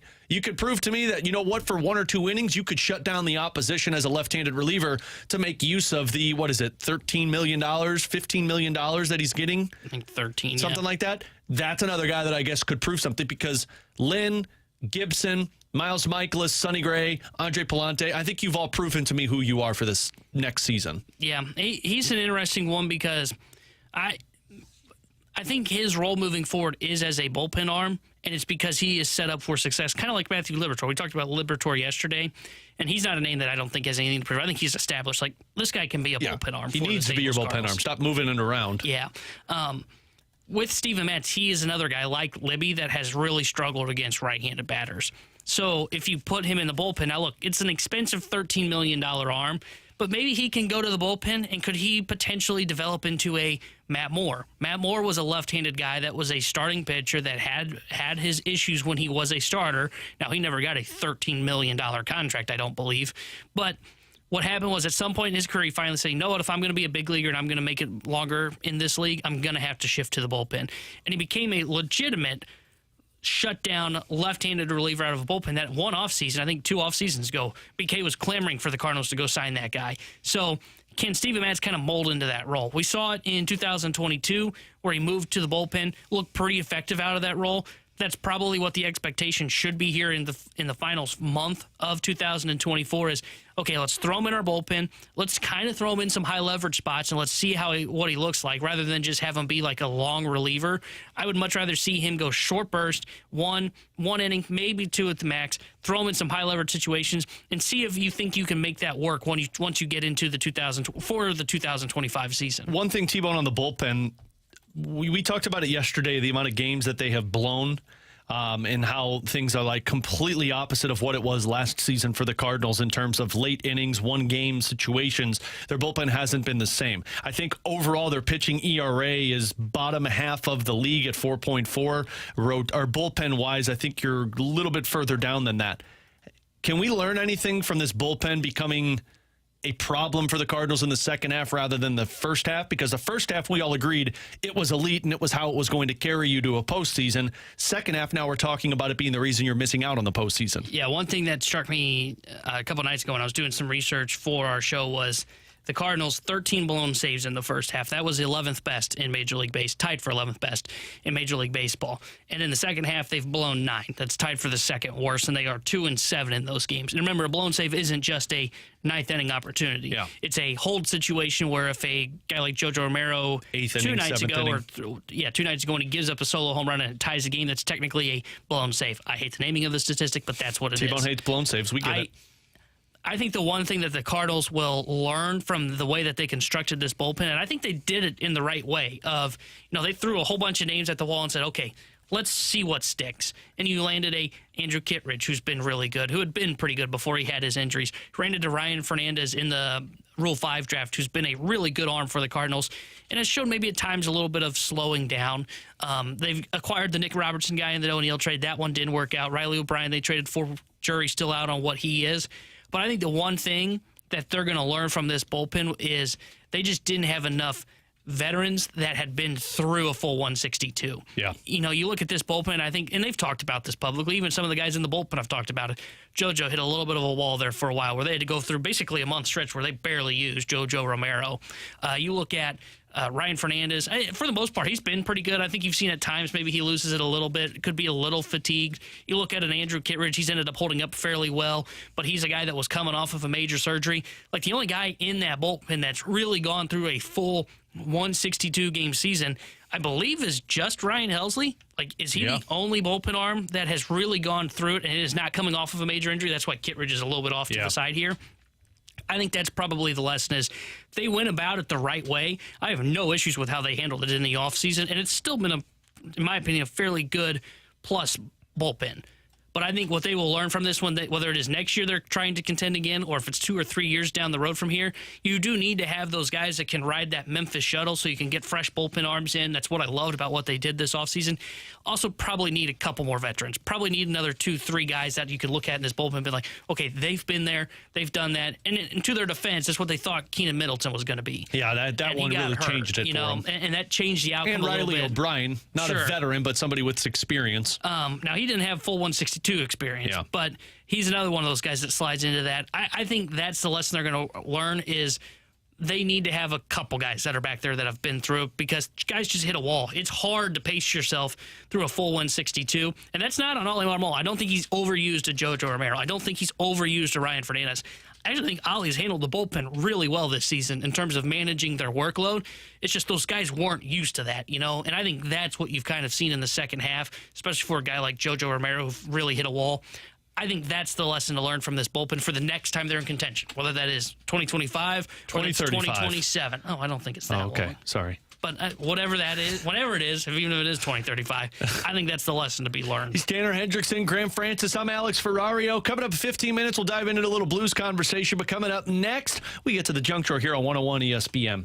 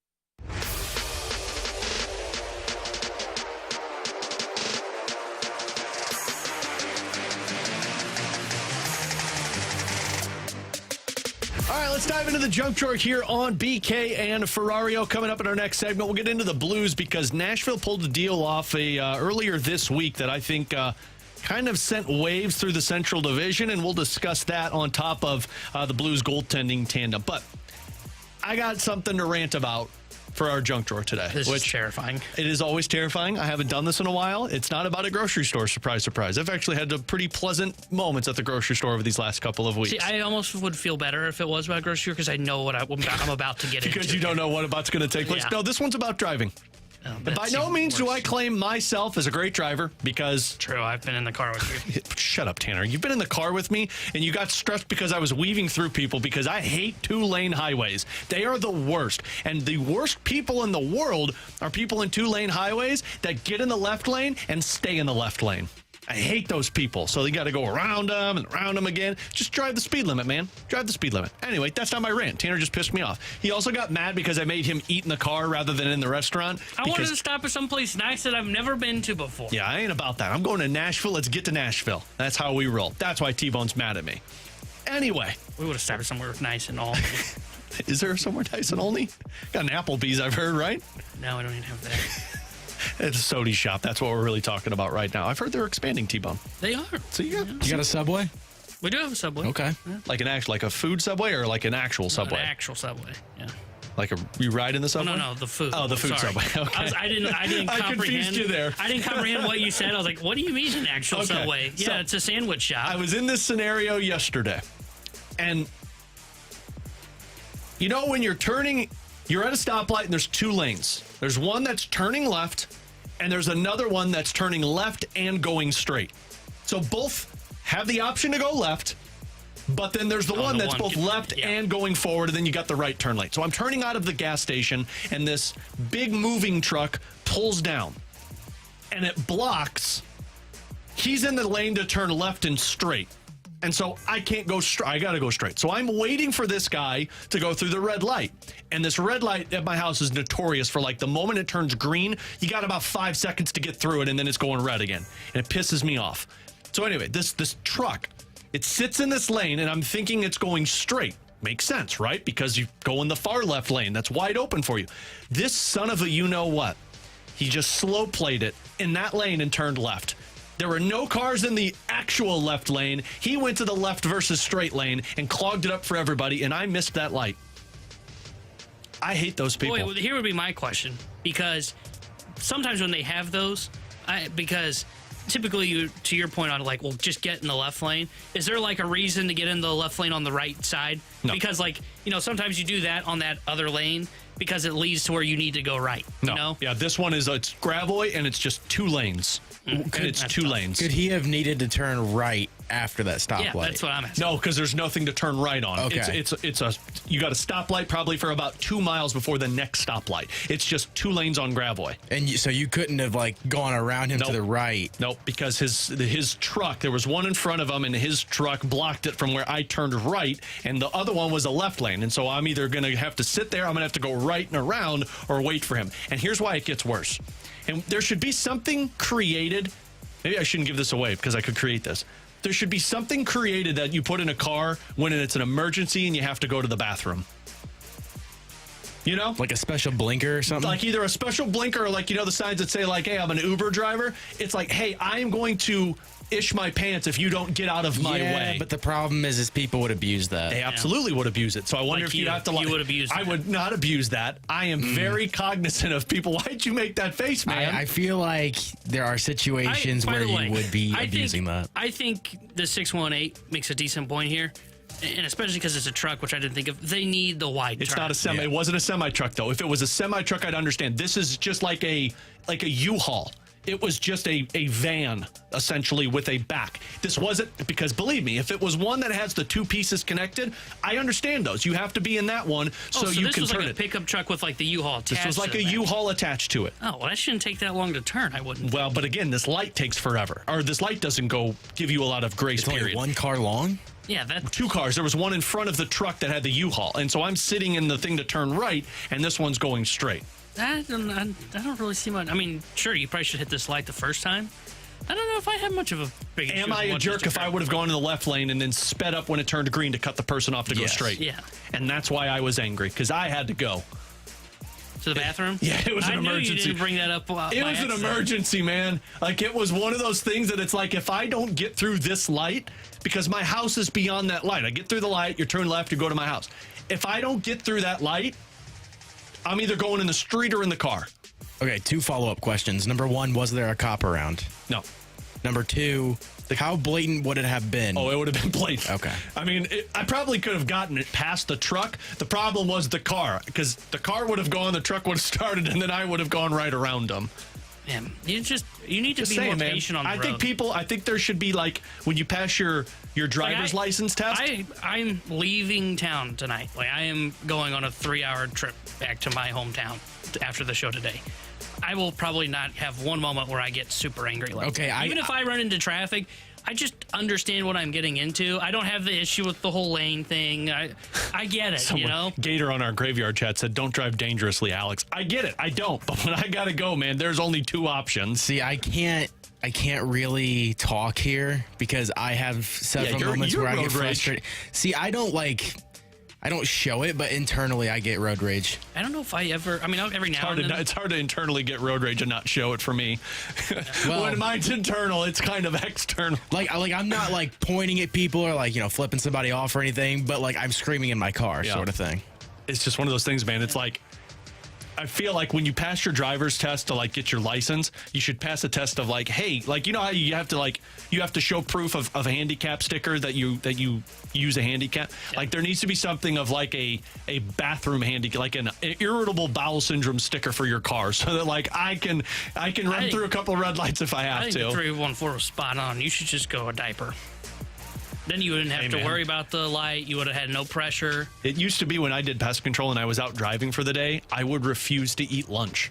I would just work through lunch because I wasn't going to give myself the chance of being stuck at a site to have to go to the bathroom, because there's nothing more awkward than being in someone's house while you're spraying for pests and be like, dude, I need to destroy your bathroom for about 15 minutes and then I'll be back and take care of this. With Tanner Hendrickson and Graham Francis, I'm Alex Ferrario. Speaking of taking care of some things, the Nashville Predators took care of one of their problems, but it was a problem that might hurt them for the future. How does that benefit the Blues? We'll discuss next on 101 ESPN.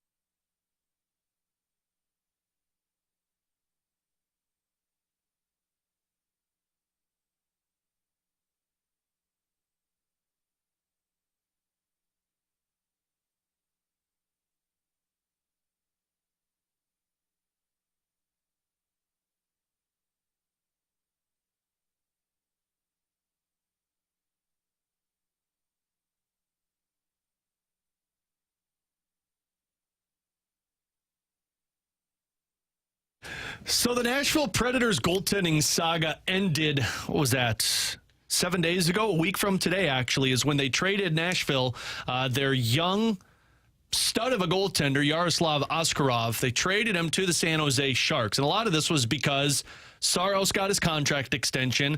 Askarov didn't believe he was going to be in the NHL, demanded a trade. Barry Trotz said, we're not trading you. And then, lo and behold, they had to trade him away. They traded him to San Jose. They got a first-round draft pick, got a couple of good young players with it, but they traded a potential future Vezina winner, at least from what prospect gurus say about this kid. And it's not so much the trade that I was wondering about. It's more the picture of the Nashville Predators, because I don't think anybody would disagree the Nashville Predators right now are viewed as a team that could compete for the Stanley Cup. And I would say probably for the length of the Steven Stamkos contract, they're viewed as a Stanley Cup contender. You've got Roman Josi, who's, 32 years old. You're bringing in Steven Stamkos, who you've probably got a couple more great years with. You brought in Jonathan Marchessault. You've got Ryan O'Reilly, Philip Forsberg, and Yusei Saros. You got a good team for the here and now. But when you trade away a guy like Askarov, who's 22 years old, who was one of the best goaltenders in the American Hockey League last year, you drafted him 11th overall. And I don't know if people know this, but you don't draft goaltenders top 10 in a draft unless they're freaking Marc-Andre Fleury. And so this kid had some hype. I think what this does is this opens up the runway in the Central Division for future years. We talk so much about the window for the Blues. Right now, the winning window, in my opinion, is in Winnipeg, it's in Colorado, it's in Dallas, Vancouver, Edmonton, Nashville. Those are the 6 teams that, in my opinion, are in the winning window. I think Vegas has taken a step back. I don't think LA is there, and I don't think St. Louis or Minnesota are there. But of those teams that I just mentioned, 4 of them are Central Division teams in the winning window. I think that winning window for the Winnipeg Jets is gone in about 2 years when Connor Hellebuck starts to get old and things start to happen to goaltenders, as we all know. I think Colorado's window closes in about 3 or 4 years once they get into contract situations. They already don't have Nichushkin. Yes, they've got Makar McKinnon, also have bad goaltending situations. And I think Nashville dies the moment that Stamkos is gone, because you lose Stamkos, you lose O'Reilly, you lose a lot of impactful players in terms of them getting older. At that time, I think you could be talking about St. Louis, Minnesota, Utah, and Chicago being the teams that are taking over the Central Division. The way that Doug Armstrong played this, it sucks because it's a waiting period, it's a holding period. But in 2-3 years, when you feel like the Blues are starting to ready to open up their competitive window again, I don't know how many teams I could be saying about that in the Western Conference that are going to be in the same place. If you go to the Pacific, I don't know if Edmonton's going to be there at that time. So I think the Blues might be in a really ideal situation to where the Central Division tilts a little bit, and the Blues might be towards the top of that new tilt that goes in their direction. Yeah, I think to your point there, what makes them interesting is the fact that they've got so much youth to the St. Louis Blues that when they are kind of starting to kind of exit the retool, they will have kind of some cap flexibility. You know, you get that, what we talk about, where you want that surplus value, you have to have it somewhere on your roster. And that's where the St. Louis Blues will be. They'll have that young roster. If Dvorsky ends up becoming that number 2 centerman, he's not really going to get paid significantly for probably, 4 or 5 years, somewhere in that range. So now if you have another hole that pops up on your roster, whether it be a defenseman, maybe it ends up being a goalie, maybe it ends up being a forward, who knows, top-line goal-scoring winger, you've got suddenly this cap flexibility that you're going to have to be out there and go and really well-position yourself. I do think it will be interesting. Nashville, to me, is more of the oddball in this because of their all-in moves have come from externally, like Steven Stamkos signing, like their offseason as a whole, like they brought in like their whole core essentially in the offseason. What I think will make this interesting is you mentioned how Colorado's kind of in their win-now mode. And typically what we've seen over the last couple of years is, okay, that team goes through like that, 3 to 5 year stretch where it is they're all in, they sign these guys to these big contracts, and what happens is eventually they start having cap casualties and they start running into being in cap hell. Yep. Look at the Edmonton Oilers and their situation and how Army was able to fleece them because of it. The reason I mention that is I wonder if we will still continue to see that kind of 3 to 5 year window payout typically for these teams, because with the cap still going up. You know, with the cap still going up, we've talked about it. In like 4 years, if you sign a Leon Draisaitl to, $13 million? Let's just use that as the nice number for us in this situation. say you give him $13 million AAV. Well, yeah, in year one of that deal, that's going to take up a significant amount of your cap. But in theory, if the cap continues to go up, which we at this point expect, in like 4 years, you're looking at going, man, a lot of the top guys, like in the Leon Draisaitl range, are getting like $15 million. Yeah. So now we've got that extra $2 million. He's under contract for 7 years, and by year 6 of that deal, it's not going to be that bad. We've got some cap flexibility, and the $13 million is actually an underpay for a superstar like him. So that's why with the cap going up, I'm curious to see how this plays out, because in theory it should be a 3 to 5 year thing where they get their players, they get paid, you get into cap hell, you kind of make it work for a little bit, and then at some point you kind of run into what the Blues did, which is, okay, now we're in a spot where we have to move guys. Yeah, and the problem with the cap going up then is when the cap goes up, then more players want more money, and like then you get guys like Evander Kane that want to get paid $8-9 million, or Darnell Nurse, and you have to overplay and pay in certain areas because you're in that winning situation, and it really comes down to how you manage that financial situation. Like, I do think you have to be kind of a financial mogul now that salary caps are going up, to be a general manager and make sure you're giving the guys the right amount of money. But the other thing, too, is when guys start to age out of their prime. Because, like, if you're the Winnipeg Jets and you lose the elite goaltender that is Connor Hellebuck, how do you stay afloat? Yeah. Nashville, but when Ryan O'Reilly starts to slow down, because the reason Nashville was so good last year was because Ryan O'Reilly and Philip Forsberg were awesome. When Ryan O'Reilly, Steven Stamkos, and Roman Josi slow down, then what happens? And that's why this Oskarov thing is so interesting, because it's what I think the Blues have done well. Now, I know I brought up in the past of trading Joel Hofer, but the goaltending position is like, look at Edmonton. Like, when you don't have it, you are searching for it forever. Vegas, searching for it forever when they got rid of Marc-Andre Fleury. What the Blues have is a guy who can take over when it's needed. And now what Nashville just did was you had to trade it away because that goaltender was forcing you to make a choice. It's an interesting development in kind of how the Central Division teams operate, and it's the window that I think is the most important, because the Blues don't have one of these Blackhawks pipelines, but they do have an upper half in the National Hockey League pipeline that bodes well for a team that's starting to try and contend when maybe some of these other Central Division teams fall out of it. What I find interesting in this situation is, like, go back to before the Predators picked up Ryan O'Reilly. The two teams, the Blues and the Predators, they were basically in the same spot of, that they weren't really super competitive. Like, the Blues just had that really bad season. The Predators weren't a playoff team. They were entering a little bit of a rebuild. And you've seen the Blues and the Predators go complete opposite directions. Like, they have built the teams that they have now doing the complete opposite of each other. The Predators said they were going to do what the Blues were going to do. Right, and it's been the complete opposite ever since Barry Trotz took over, ever since really they signed Ryan O'Reilly. But you have the Blues who are really banking on their internal options and using the draft, and then you got the Predators who are really just going out and signing any free agent that they can to big contracts.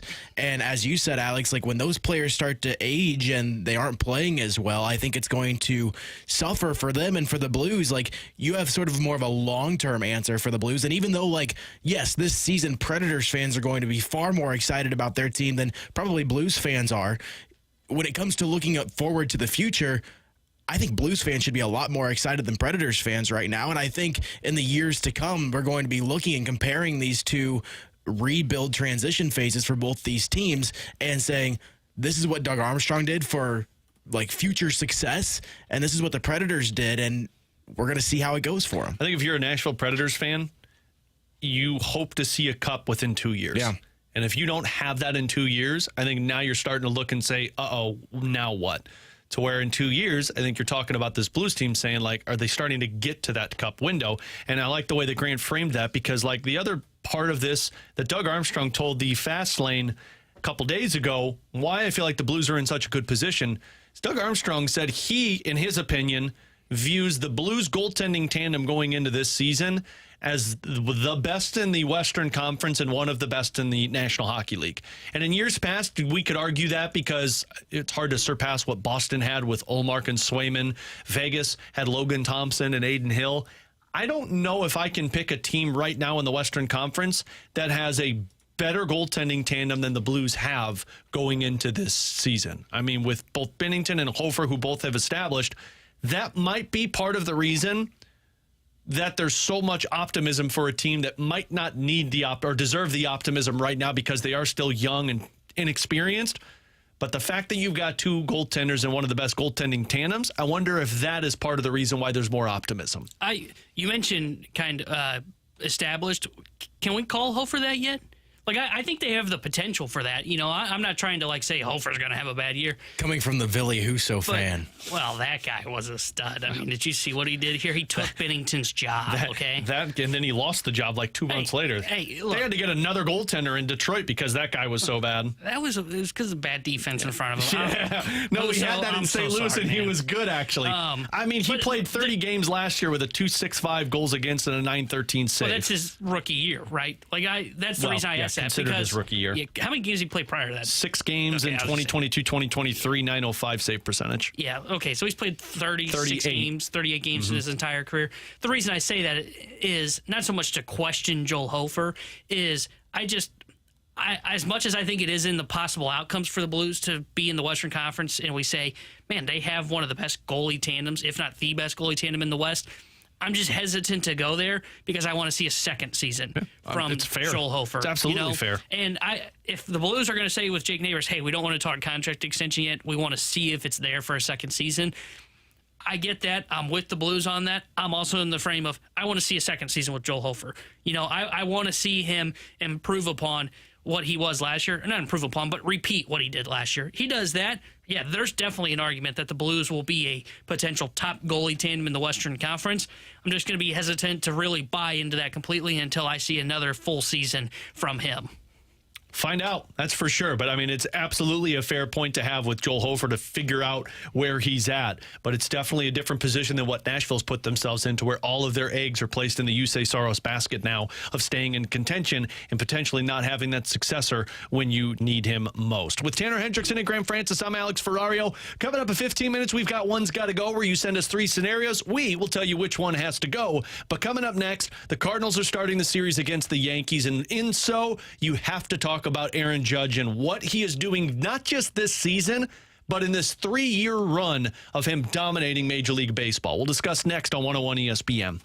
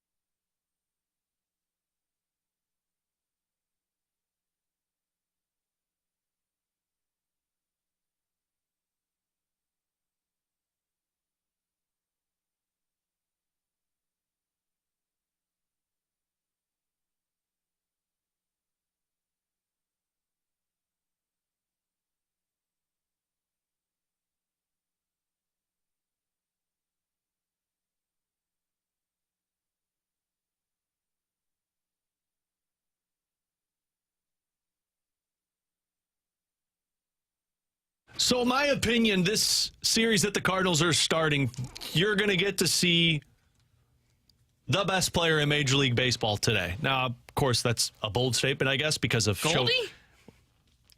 I'm going to power through on that one. Of course, Shohei Ohtani with what he's doing, although he's not pitching. Aaron Judge is doing just the absurdness for 3 straight years in Major League Baseball. And T-Bone put these stats together from 2022 up until this season. Here is his slash line. A 307, what is that? That's Batting average. Batting average, thank you. 307 batting average with a 434 slug and a 682, 434 on base percentage and a 682 OPS, correct?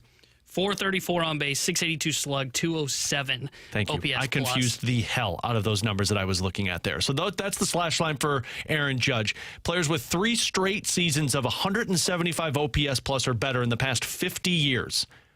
Mike Trout, Barry Bonds, Frank Thomas. That's the list. And Aaron Judge is a part of that right now. This season, of course, he's got 51 home runs, 123 RBIs. He's got 110 walks, which I don't know how many of those are intentional. I haven't gotten that stat one up here yet. But you've got an OPS plus for 3 straight years of Aaron Judge, 210, 174, and 230. In my opinion, going to win the MVP this season. And I just pushed this one up, T-Bone, because just in terms of what we're actually seeing. So I went back and looked at Albert Pujols' years from 2008 until 2010. So that was the year he won back-to-back MVPs and then was runner-up to the MVP in 2010. These are his numbers in that 3-year stretch. 126 home runs, 369 RBIs, 331 batting average, 439 on base percentage, 635 slug, and a over 1,000 OPS. He had an OPS plus of 184. To put that into perspective of what Aaron Judge is doing, 150 home runs, 329 RBIs. He's got a 434 OPS or on base percentage, 682 slug, and he's got a 207 OPS plus. So the incredible years that we saw Albert Pujols win the MVP back-to-back years and then get runner-up, Aaron Judge is outperforming that right now. That's to put it into perspective of how incredible these 3 years have been for Judge. Yeah, it's been unbelievable. And Albert was kind of the name, like when I was first looking into Aaron Judge's numbers, I was like, okay, that kind of feels like what would Albert's numbers look like to that? And the reason that the OPS plus is like through the roof, I mean, he mentioned the slug for Albert. It wasn't too far off of Aaron Judge's there.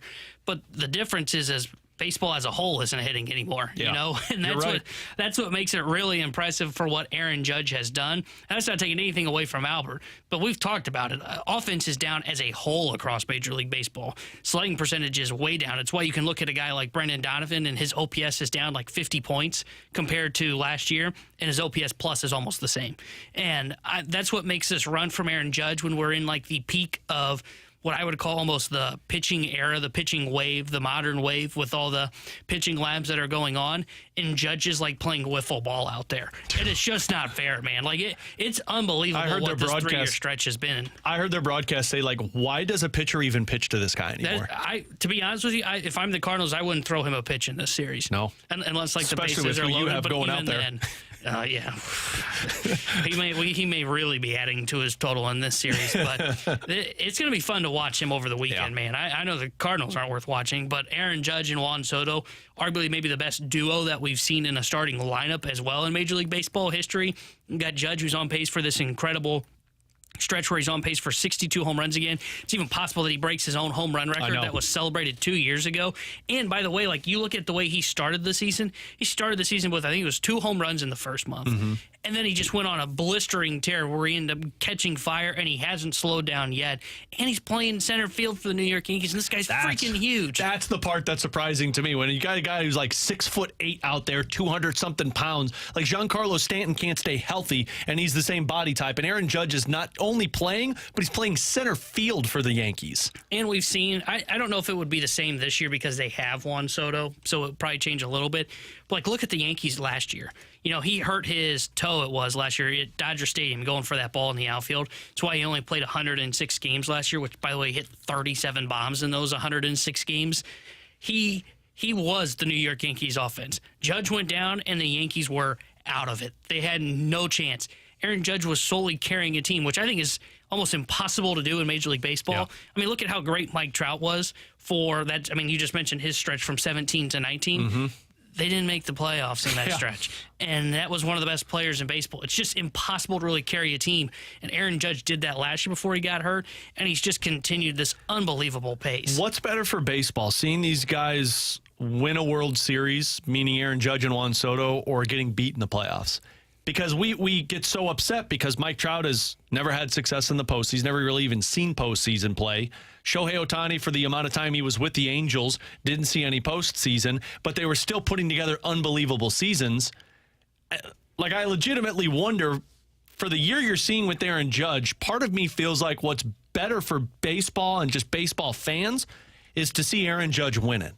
Because it's like you do this miraculous, like Albert Pujols, the back-to-back years of MVPs. Prior to those, he had already won a World Series, and so you felt like he could do it again. Aaron Judge, it feels like, well, you're doing this incredible, this impressive feat every single season, but you got nothing to show for it, and it's not his fault.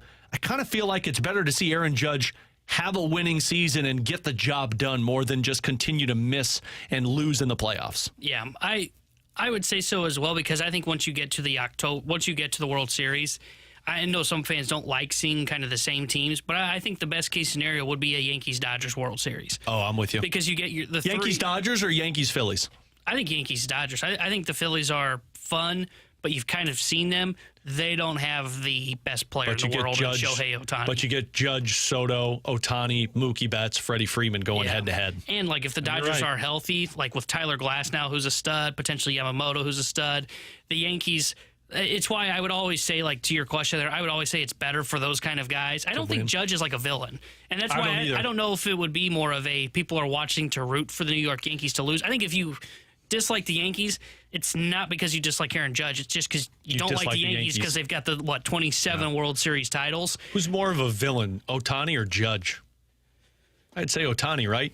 I don't think either are, honestly. I don't think Ohtani is either, but I feel like, I guess, if a common fan would be more upset that he... But I guess you can't be upset you left the Angels because the Angels were such a bad organization. I don't know if there's a villain in baseball right now.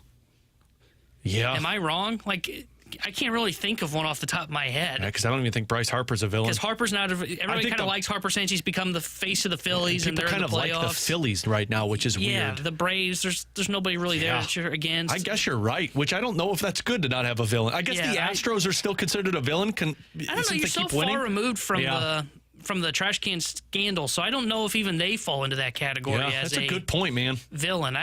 To your point, though, I would kind of agree. I think sports are better when there's a villain. You got to have a hate watch for something, And I don't know if there is somebody that way. 314 said John Mose. Look, that wasn't nice. 314. Come on. But I don't think there's a villain across baseball that you look at. I think the Dodgers can potentially become that.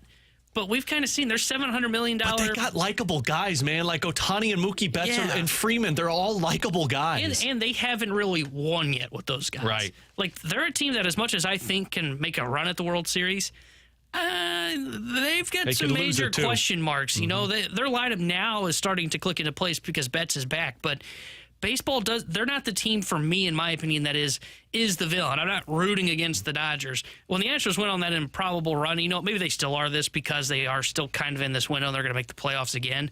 Coming off of them in the cheating scandal, they were absolutely the villain, no doubt about it.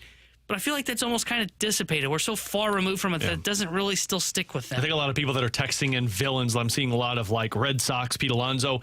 That's the Cardinals' view of a villain. We're talking Major League Baseball villain. Like hockey, it feels like the villain is always Brad Marchand or Jordan Binnington, to be honest with you. People dislike them. I don't know if Binnington's a villain across the NHL. I think a lot of people dislike Jordan Binnington, like fan bases, players, they don't like him. I honestly think the villain in the NHL is, well, they didn't make it very far this year. I was going to say the Vegas Golden Knights. Because what does everybody get upset about? The way they use the LTIR. Yeah, they didn't get far, though. I think they would have had to get far for them to become villains. I don't know, man. It's a really interesting kind of elements to it that I never really thought of until we were just talking about it, that there really isn't a villain, where it always feels like there's somebody to not like. Your fan base might not like somebody, but like the common baseball fan, because for us, Cardinals aren't going to be there, so we're just common baseball fans. Who don't you like? And it's hard to really pick from any of those groups. Okay, one of these, T-Bone brought these 4 scenarios up, which is a great way to kind of dive into one's got to go in just a little bit. But let's discuss this. Which one of these stats is more impressive, T-Bone? The pace that Aaron Judge is on for 62 home runs, which would beat last year's numbers. Shohei Ohtani on pace for a 50-50 season. Paul Skeens' season, just in general, or the White Sox losing 100 games by August 27th. That one is almost impressive because it's hard to be that bad. When the Houston Astros lost 100 games, how long did it take them? They wouldn't get there till like September, I think it was. The White Sox, by August 27th, and eliminated from the playoffs before September, which is I kind of feel like that's really difficult. I mean, Ohtani doing 50 and 50 is impressive. That's the one for me. I didn't think Ohtani was a speed guy. Yeah, well, he didn't really show his speed as much because he was pitching. I guess that's true. He was afraid to hurt his arm, but that's the one for me. As much as I enjoy Aaron Judge potentially on pace to break his own single season record and get to 63 and have another 62 home run season, for me it's the 50-50 from Shohei Ohtani, because the ability to steal that many bags, to put your body through that, and people don't really think about this, but to put your body on the line, diving in the dirt all the time, that hurts. Players don't really enjoy that. That's one of the things that sucks about stealing a base and sliding into second base or third. And to have the power that he has at 50 home runs, that's the most impressive stat. That's the most impressive stat for me this season. I think I'm with you on that. Paul Skeens is really close, though, because to be able to put together the season that he did as a rookie, 22 years old, drafted the year prior, and you make the All-Star game, start the All-Star game, and by the end of the season might be sporting a sub-2.5 ERA. Very impressive for Paul Skeens. But, yeah, I think Shohei Ohtani takes the cake, even with what Aaron Judge is doing this season. Coming up in 15 minutes, we're going to hit our rewind, which I believe Anthony Stalter and the quote-unquote special guest for the Fast Lane, which apparently I spoiled that surprise, but he texted or tweeted out that he was doing it anyway, so that's not on me. But they're going to join us, and we're going to make our fantasy football 101 ESPN draft selection, so we'll get to that. But coming up next, you send us 3 scenarios. We'll tell you which one has to go. 314-399-9646. One's got to go next on 101 ESPN.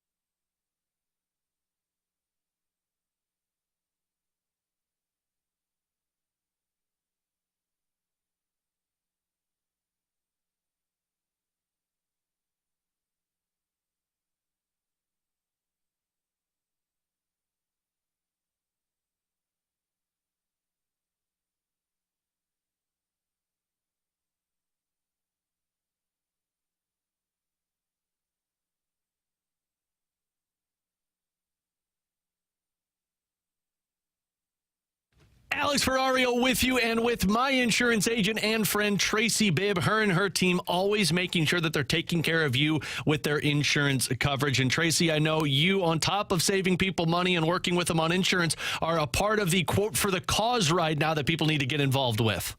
We absolutely are, and it's a great time to give us a call if you are in Illinois. So in Illinois, we just came out with a new auto product, a new renter's product. We have great rates on homes, so it is a perfect time to give us a call today on that insurance and see what we can do. Just absolutely new, fabulous rates, so worth giving us a call. Give them a call today, always making sure you're getting the most competitive rates. Tracy is always out there to take care of you and take care of her community. Give her a call today. Ask for a free non-committal quote, 314-328-4260. Once again, that's 314-328-4260. It's no fib. You're always in great hands with the Bib. Tracy, thank you so much. Thanks so much. Go Blues.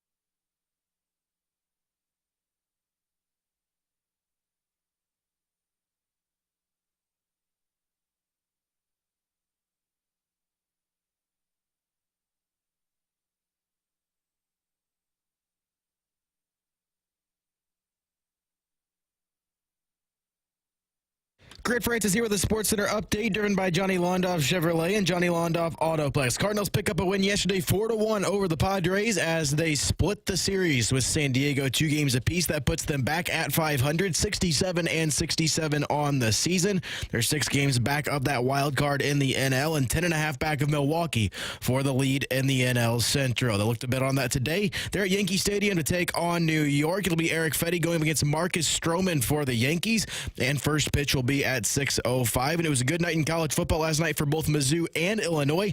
2 shutouts, 51-0 Mizzou over Murray State and 45-0 Illinois over Eastern Illinois. I'm Grant Francis. The SportsCenter update's been driven by Johnny Londoff Chevrolet and Johnny Londoff Autoplex. See them at londoff.com. Chevy, together we drive. Are you kidding me?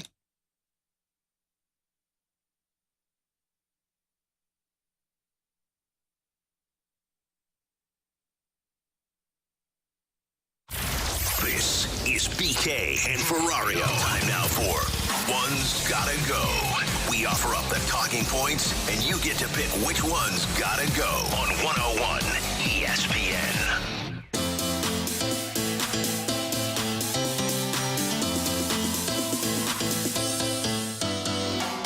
Make sure you join us for the second annual Blues and Brews on Friday night, September 20th at the Anheuser-Busch Brewery. You can get fired up for the blues season at this outdoor street party featuring live music from country music star Matt Stell and St. Louis's own Charles Glenn's band. Plus, appearances by Braden Shen, Jake Neighbors, Dylan Holloway, Philip Broberg, Drew Bannister, and plenty of blues alumni. Tickets are just $20, and they are on sale now. You can learn more about this at 101ESPN.com.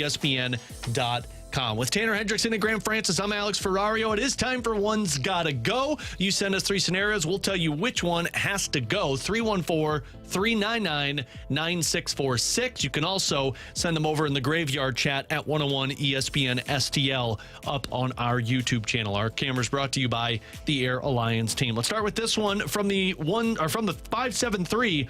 One's Gotta Go. 2000s Blues Goaltender Edition. I don't know if either of you guys are going to be on board with this one. I was born in 99. Brent Johnson, Chris Mason, or Manny Legacy? I barely remember Manny Legacy. We all should remember Chris Mason. I mean, that was Mason. I remember very recent. I think this is easy, but I want to get you guys. Who was the first one? Brent Johnson. So this was like 99, 2000s. I don't know who Brent Johnson is. So really? He's gone. I haven't heard of him either. Really? Oh yeah, Manny Legacy's got to go. Brent Johnson was kind of the number one goaltender. He was essentially what Chris Mason was, where he was like a backup goaltender, and then he became a number one goaltender. I believe it's still a record that Brent Johnson had the longest shutout streak in the postseason as a member of a St. Louis Blues goaltender. And it was against the Chicago Blackhawks. He single-handedly won the series against the Chicago Blackhawks.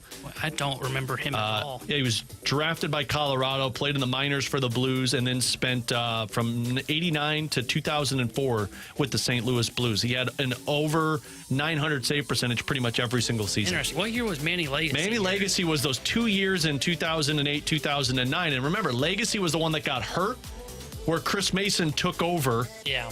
And carried the Blues to the playoffs. Yeah, it's weird because like Manny Legacy is like the first name that I can barely remember as a starting goalie for the Blues, and that makes sense. Like 06, 07, probably would have been like I can barely remember the 06 World Series team. So Legacy's years were with Detroit. That was when he was legendary, and then St. Louis. He was good for a year, bad for a year, and then when he got hurt, that was when Chris Mason kind of took over and ran with it. But I'm surprised Grant hasn't. I mean, I guess you've always been a Blues fan, though. I mean, I was 2. Yeah, but I mean, like, figure you'd hear about the history of it all. Yeah. Maybe not. Okay, one's got to go multi-team city edition. The Angels, the White Sox, or the Mets. So I guess you're going off of L.A., Chicago, or New York. Say those again for me. One's got to go multi-team city edition. L.A., Chicago, New York. L.A., Chicago. Oh, Chicago. I hate Chicago. Easy. Chicago. You sang the Chicago rally song on our show. I know, but I just wanted to be right about a prediction more than anything else. So Chicago, the one for me. Yeah, I mean, I'd go Chicago as well. You're not going to get rid of New York or L.A., the 2 biggest markets in the United States. I actually would get rid of L.A. I have like no interest with L.A. I mean, like I'm none not of a the fan of L.A., but I'm also going like I guess this is for the sports. I was going to say because like The city's different if we're talking about that. The sports, like, yeah, I hate the Cubs and I hate the Blackhawks more than I hate any of those other teams. But, like, I'd rather go see those teams play in the city than I would go to L.A. and see teams play. I guess thinking about it more, like, I would say that Chicago fans are probably more passionate than L.A. fans. So I think I might switch up and go L.A. too. You gonna stick with Chicago? You hate Chicago? That. That's smart. That One's got to go Adam Sandler movies. Waterboy, Billy Madison, or Happy Gilmore. This one is, I don't know. You guys don't watch movies. This is like a segment not for us. Whoa. You watched one movies. of these. I don't watch movies. Not these old bad comedies you guys enjoy. I forgot you guys aren't going to be any good at that one. So we're just going to skip that one because the proper answer there is Waterboy. Sure. One's got to go your favorite teams or your favorite way to watch your team. TV, phone, as a spectator, or on a tablet. I get rid of the phone, smaller screen, and I'd rather be in person over a tablet than anything else. Speaking of watch your favorite team, Ferrario, I hate to cut One's Got to Go short, but I've got some breaking news for you. 101 ESPN breaking news alert. The St. Louis Cardinals will not wait for Tommy Pham to be claimed on waivers. He has been designated for assignment, and the St. Louis Cardinals have recalled outfielder Jordan Walker from AAA. Well, that is definitely worth the breaking news. I thought you were going to announce that the Cardinals or Blues announced that they're going all streaming based for the rest of their season. I'm like, whoa, what a way to transition with that one, would have T-Bone. been gold. I thought mine was pretty solid, as was, since we were talking about watching your favorite team. It's a pretty good one. I don't know how much that plays into people watching the Cardinals right now, but I'm glad that they're going with this. This is move. awesome. This is awesome. Wait, hold on. Actually, let me rephrase that. I'm glad they're going with this move if he plays every day. I was going to say, as long as he's not a platoon bat, but I don't. Here's the thing. I think this tells you exactly where the Cardinals are at. I think they're unofficially waving the white flag on the season and just bringing these guys up. I think they finally have viewed it as, hey, look, it is going to be as slim of a chance as possible for us to get to the playoffs. So you know what's best for us? Try and still fight for a playoff spot, but let's do it with guys that are going to be a part of this roster next year. If they do what Tanner just said, that would be a concern of Walker's back and he's only a platoon bat, then this team is going to be even more frustrating because now you're going to have him back on the bench when he should be in the minors. But my belief is he's up here now to play. Yeah, and the nice thing is, well, I shouldn't say nice thing, but the thing that works out a little bit better now, unlike the last time where he was up here, is whether Ollie and Mo were or were not on the same page the last time Walker was up here. And at the time, it sounded like they weren't. I actually think they probably were on the same page, which is worse. But now it is that toy is gone. The Tommy Pham toy, if you want to call it, Tommy Pham, the player, you got rid of your platoon bat. He's no longer a guy that kind of clogs things up. Now, like, if Isn't you that a little concerning, though, that you got rid of the toy that was a platoon bat to bring up another guy to play as a platoon bat? No, he's not going to be a platoon bat. That's what I'm saying. But that was Tommy Pham's role. Well, there's no outfielder that you can look at now and say, well, how do you play someone over Jordan Walker? My guess is Burley's your DH. One of Herrera Paz is catching, and if Herrera is catching, Paz is not DHing. You'll have Goldie at first. Donovan has to play second because Gorman's not up here. So then who's the outfielders? Well, it's Newt, it's Scott, and it's Walker. Yeah. There is no longer, well, I've got this choice of Newt Bar over Walker. I've got this choice of Pham versus Walker. No, Burley's probably the DH, is probably what they will continue to do. And Walker will be a guy that should start every single day. Yeah. At least you've cut down the outcomes. Now, he could still go. I don't think he will because they seem to have officially waved the white flag. I mean, they're playing Luke and Baker every day. They're waving the white flag. Hey, I'm trying to figure out what that bench bat is. I like Luke and Baker. Sorry. I do too. That man is big. But what this tells me is they are preparing to play Jordan Walker every single day. I hope that's the case. It just limits some of the options for Ali Marmol, and he can no longer say, okay, I've got Burleson, Newport, Walker, and Pham to decide between two corner spots. Now you've just taken a name out of that. So now you've only down to three choices. My guess is he's going to play Jordan Walker because they wouldn't call him up not to play him in the final month. Well, let's continue this conversation on the other side. I know we said we were going to rewind it with picking this fantasy football. We'll see kind of where we're at, but let's continue this conversation because now what I do find fascinating is what does Jordan Walker got to prove the rest of the way? Because if he does become this everyday bat, what's he have to prove for this Cardinals team down the stretch? We'll discuss that. We'll rewind it next year on 101 ESPN.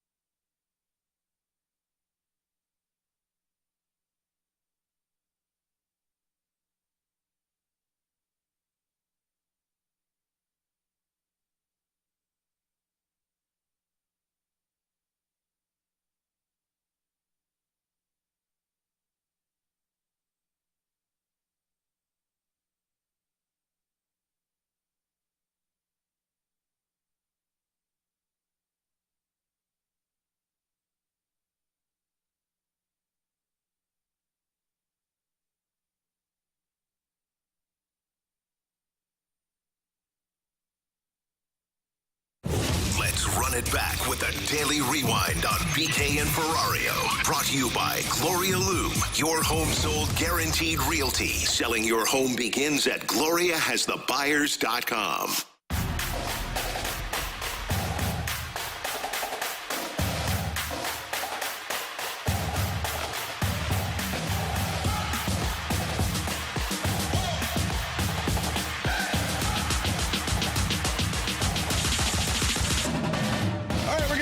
It here on BK and Ferrario, and we get some breaking news. If you missed it on a Friday, T-Bone broke the news in our previous segment that Tommy Pham has now officially been DFA'd by the Cardinals. And you might be saying, why'd they do that? Didn't they just place him through waivers? T-Bone just explained this to me during the break, which makes a ton of sense. You DFA him so you clear up the roster spot. Yeah. You're making sure that if for some reason he doesn't get claimed, you don't have to go through this process and wait. And if you place the guy on waivers, he can still be on the roster. Correct. Tommy Pham could have played tonight if he was just on waivers. Yep. But because you can needed the spot technically now. recall that player from waivers. Yeah. It's weird. It's dumb. If you want to check out the podcast, you go to 101ESPN.com, all presented by Dobbs Tire and Auto Centers. You can hear my thoughts on why they should get rid of this whole waivers thing in Major League Baseball. Look at this guy just teasing himself. It's smart to do this because once you DFA him, make this official, the moment you announce or you submit the paperwork, getting emotional. The moment you submit the paperwork to Major League Baseball that you're DFAing him, he immediately comes off of the roster. So now you have both a 40-man and a 26-man spot open, which they can recall Jordan Walker for that 26-man. Honestly, makes a ton of sense for the Cardinals. Phenomenal roster movement by the Cardinals. We are finally operating like a big league club. I am so glad that on August 30th, we are making the roster decisions that impact this team for the positive. In all seriousness, though, this is a smart move. You get rid of Tommy Pham. You bring up Jordan Walker, who probably should have never left in the first place. You keep him up here. And now, please continue doing the smart thing, Cardinals. Put the guy in the everyday lineup. To me, that is the next step that this Cardinals team needs to accomplish. And we talked earlier in the show today, T-Bone, about what Cardinals still have something to prove in this final stretch of games. Now, because at the time, I didn't think Jordan Walker was going to be back up here. Now I do think Jordan Walker has something to prove and come back up. You got to show signs of progress. Masyn Winn didn't look good last year at the end of the season. I forgot how bad he was until I went back and looked at the numbers when we were talking about it yesterday. He was bad. But at least you saw signs of life. Of course, the defense was what you were really excited about. If you're Jordan Walker, show signs of life. That's what you're watching for now. Now, it has to be Ollie that puts him in the good position of letting him play and getting the opportunity to show signs of life. But this is good for Jordan Walker. This is good for the Cardinals. Let this kid play from August 30th until the end of the regular season. Yeah, he should be an everyday starter for the Cardinals in right field, the position you're hoping that he takes over. Slide Newbar over to left field and let him play. You know, I don't care about the struggles. Unless you really think his confidence is really shooken, then maybe you have that conversation. But at this point, it's the final month. They're not playing for anything. This isn't a pressurized situation anymore. Go out there and play. And you know what? If the numbers are bad, let's see you adjust. Let him make mistakes. Let's see Jordan Walker learn on the job. Let's see Jordan Walker, if he can do what Masyn Winn did if he struggles in this final month. Masyn Winn, as you mentioned, was really bad last year. What did he do? He used that cup of coffee at the big leagues to go, okay, here's how pitchers are pitching me at the big leagues. Here's what I'm going to do in the offseason to adjust. And he adjusted, and now he's a guy that is going to get votes for Rookie of the Year. He's going to be probably top 5 in Rookie of the Year, and he's a guy that we all have said is the franchise shortstop moving forward, no questions asked. That's what you want to see from Jordan Walker. I don't really care what the numbers overall are. Right. I hope he has success so we don't have to really hear the conversation of, is Jordan Walker a bust? It's just playing every day, being able to absorb the information that is going to be brought in by what you see at the plate, by what the results are, finding out what holes you still have in your swing, and then being able to use that to translate it, whether it be in the second half of September or going into next year in 2025. Well, and I think there's some unknown benefits that could take place with this because, like you said, this isn't a pressurized situation anymore because it sure seems like the Cardinals are waving the white flag on this season with all of these moves and DFAing guys and putting guys in the lineup that probably shouldn't have been if you're competing still. Like, it feels like you come in with no pressure if you're Jordan Walker. But the unintended benefits of all of this is, what if Jordan Walker has success and does put this team somewhat in a playoff race? None of us believe this team could climb back in. You're, 6 games out after winning 2 final games against the Padres, and it's like 1% chance you get to the playoffs. But at least it's somewhat of a playoff chase for guys like Jordan Walker, guys like Victor Scott, guys like Masyn Winn, Alec Burleson.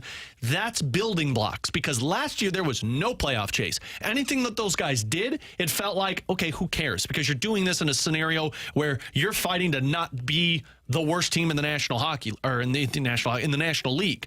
Now you put them in here with a team that doesn't have any hopes of making the playoffs, but at least they feel like they're in a playoff chase still. And you see if they can perform on that. I think those unintended benefits are so good for young guys like a Jordan Walker. I still think this is a lot like last year. They're not really playing for anything, even if they're going to sell it that they're in a playoff race. Sell it to yourself, you know? I don't really care. Just get him at-bats. That's what it matters. Get him major league at-bats against righties, against lefties, and see what it looks like. That's the most important part. If he's here, I mean, he should play all 3 games against the Yankees this weekend. If he doesn't, you guys are going to have a hell of a show on Tuesday. What does that mean? You're going to have a lot to talk about if he's not playing every day over the weekend. Well, you're going to have a lot to talk about. I won't be here on Tuesday or Wednesday. Of course. Well, another BK. Grant will have a lot Grant, to you just deal with. should just post up shop here for good. This is my full-time job in the offseason. Behind that board, Grant is just there from now until the end of the Stanley Cup run that the Blues are going to be a part of. For Tanner Hendrickson and Grant Francis, I'm Alex Ferrario. If you missed anything from the show today, you can check it out up on the podcast page, 101ESPN.com. It's presented by Dobbs Tire and Auto Centers. I know we teased we would do the football picks. We'll do that off there because the Jordan Walker news broke, so we'll take care of that, and we'll discuss it, obviously, once the season gets started. But you can get signed up to play in this year's Fast Lane Pick'em Challenge at 101ESPN.com. Make your football picks each week and see if you can defeat the Fast Lane and the people, or the guys from the Rizzuto Show. The Fast Lane and the Riz Show are throwing down all football season long in the Pick'em Challenge. Get signed up now to play at 101ESPN.com. So we'll find out if Jordan Walker's in the lineup as the Cardinals get set for the Yankees. T-Bone, have a good Labor Day weekend. We'll see you on Thursday. Yeah, sounds unbelievable. Good. Grant, you and I will be back on Tuesday. Everyone have a great Labor Day holiday weekend. We'll talk to you on Tuesday. The Fast Lane coming up next here on 101 ESPN.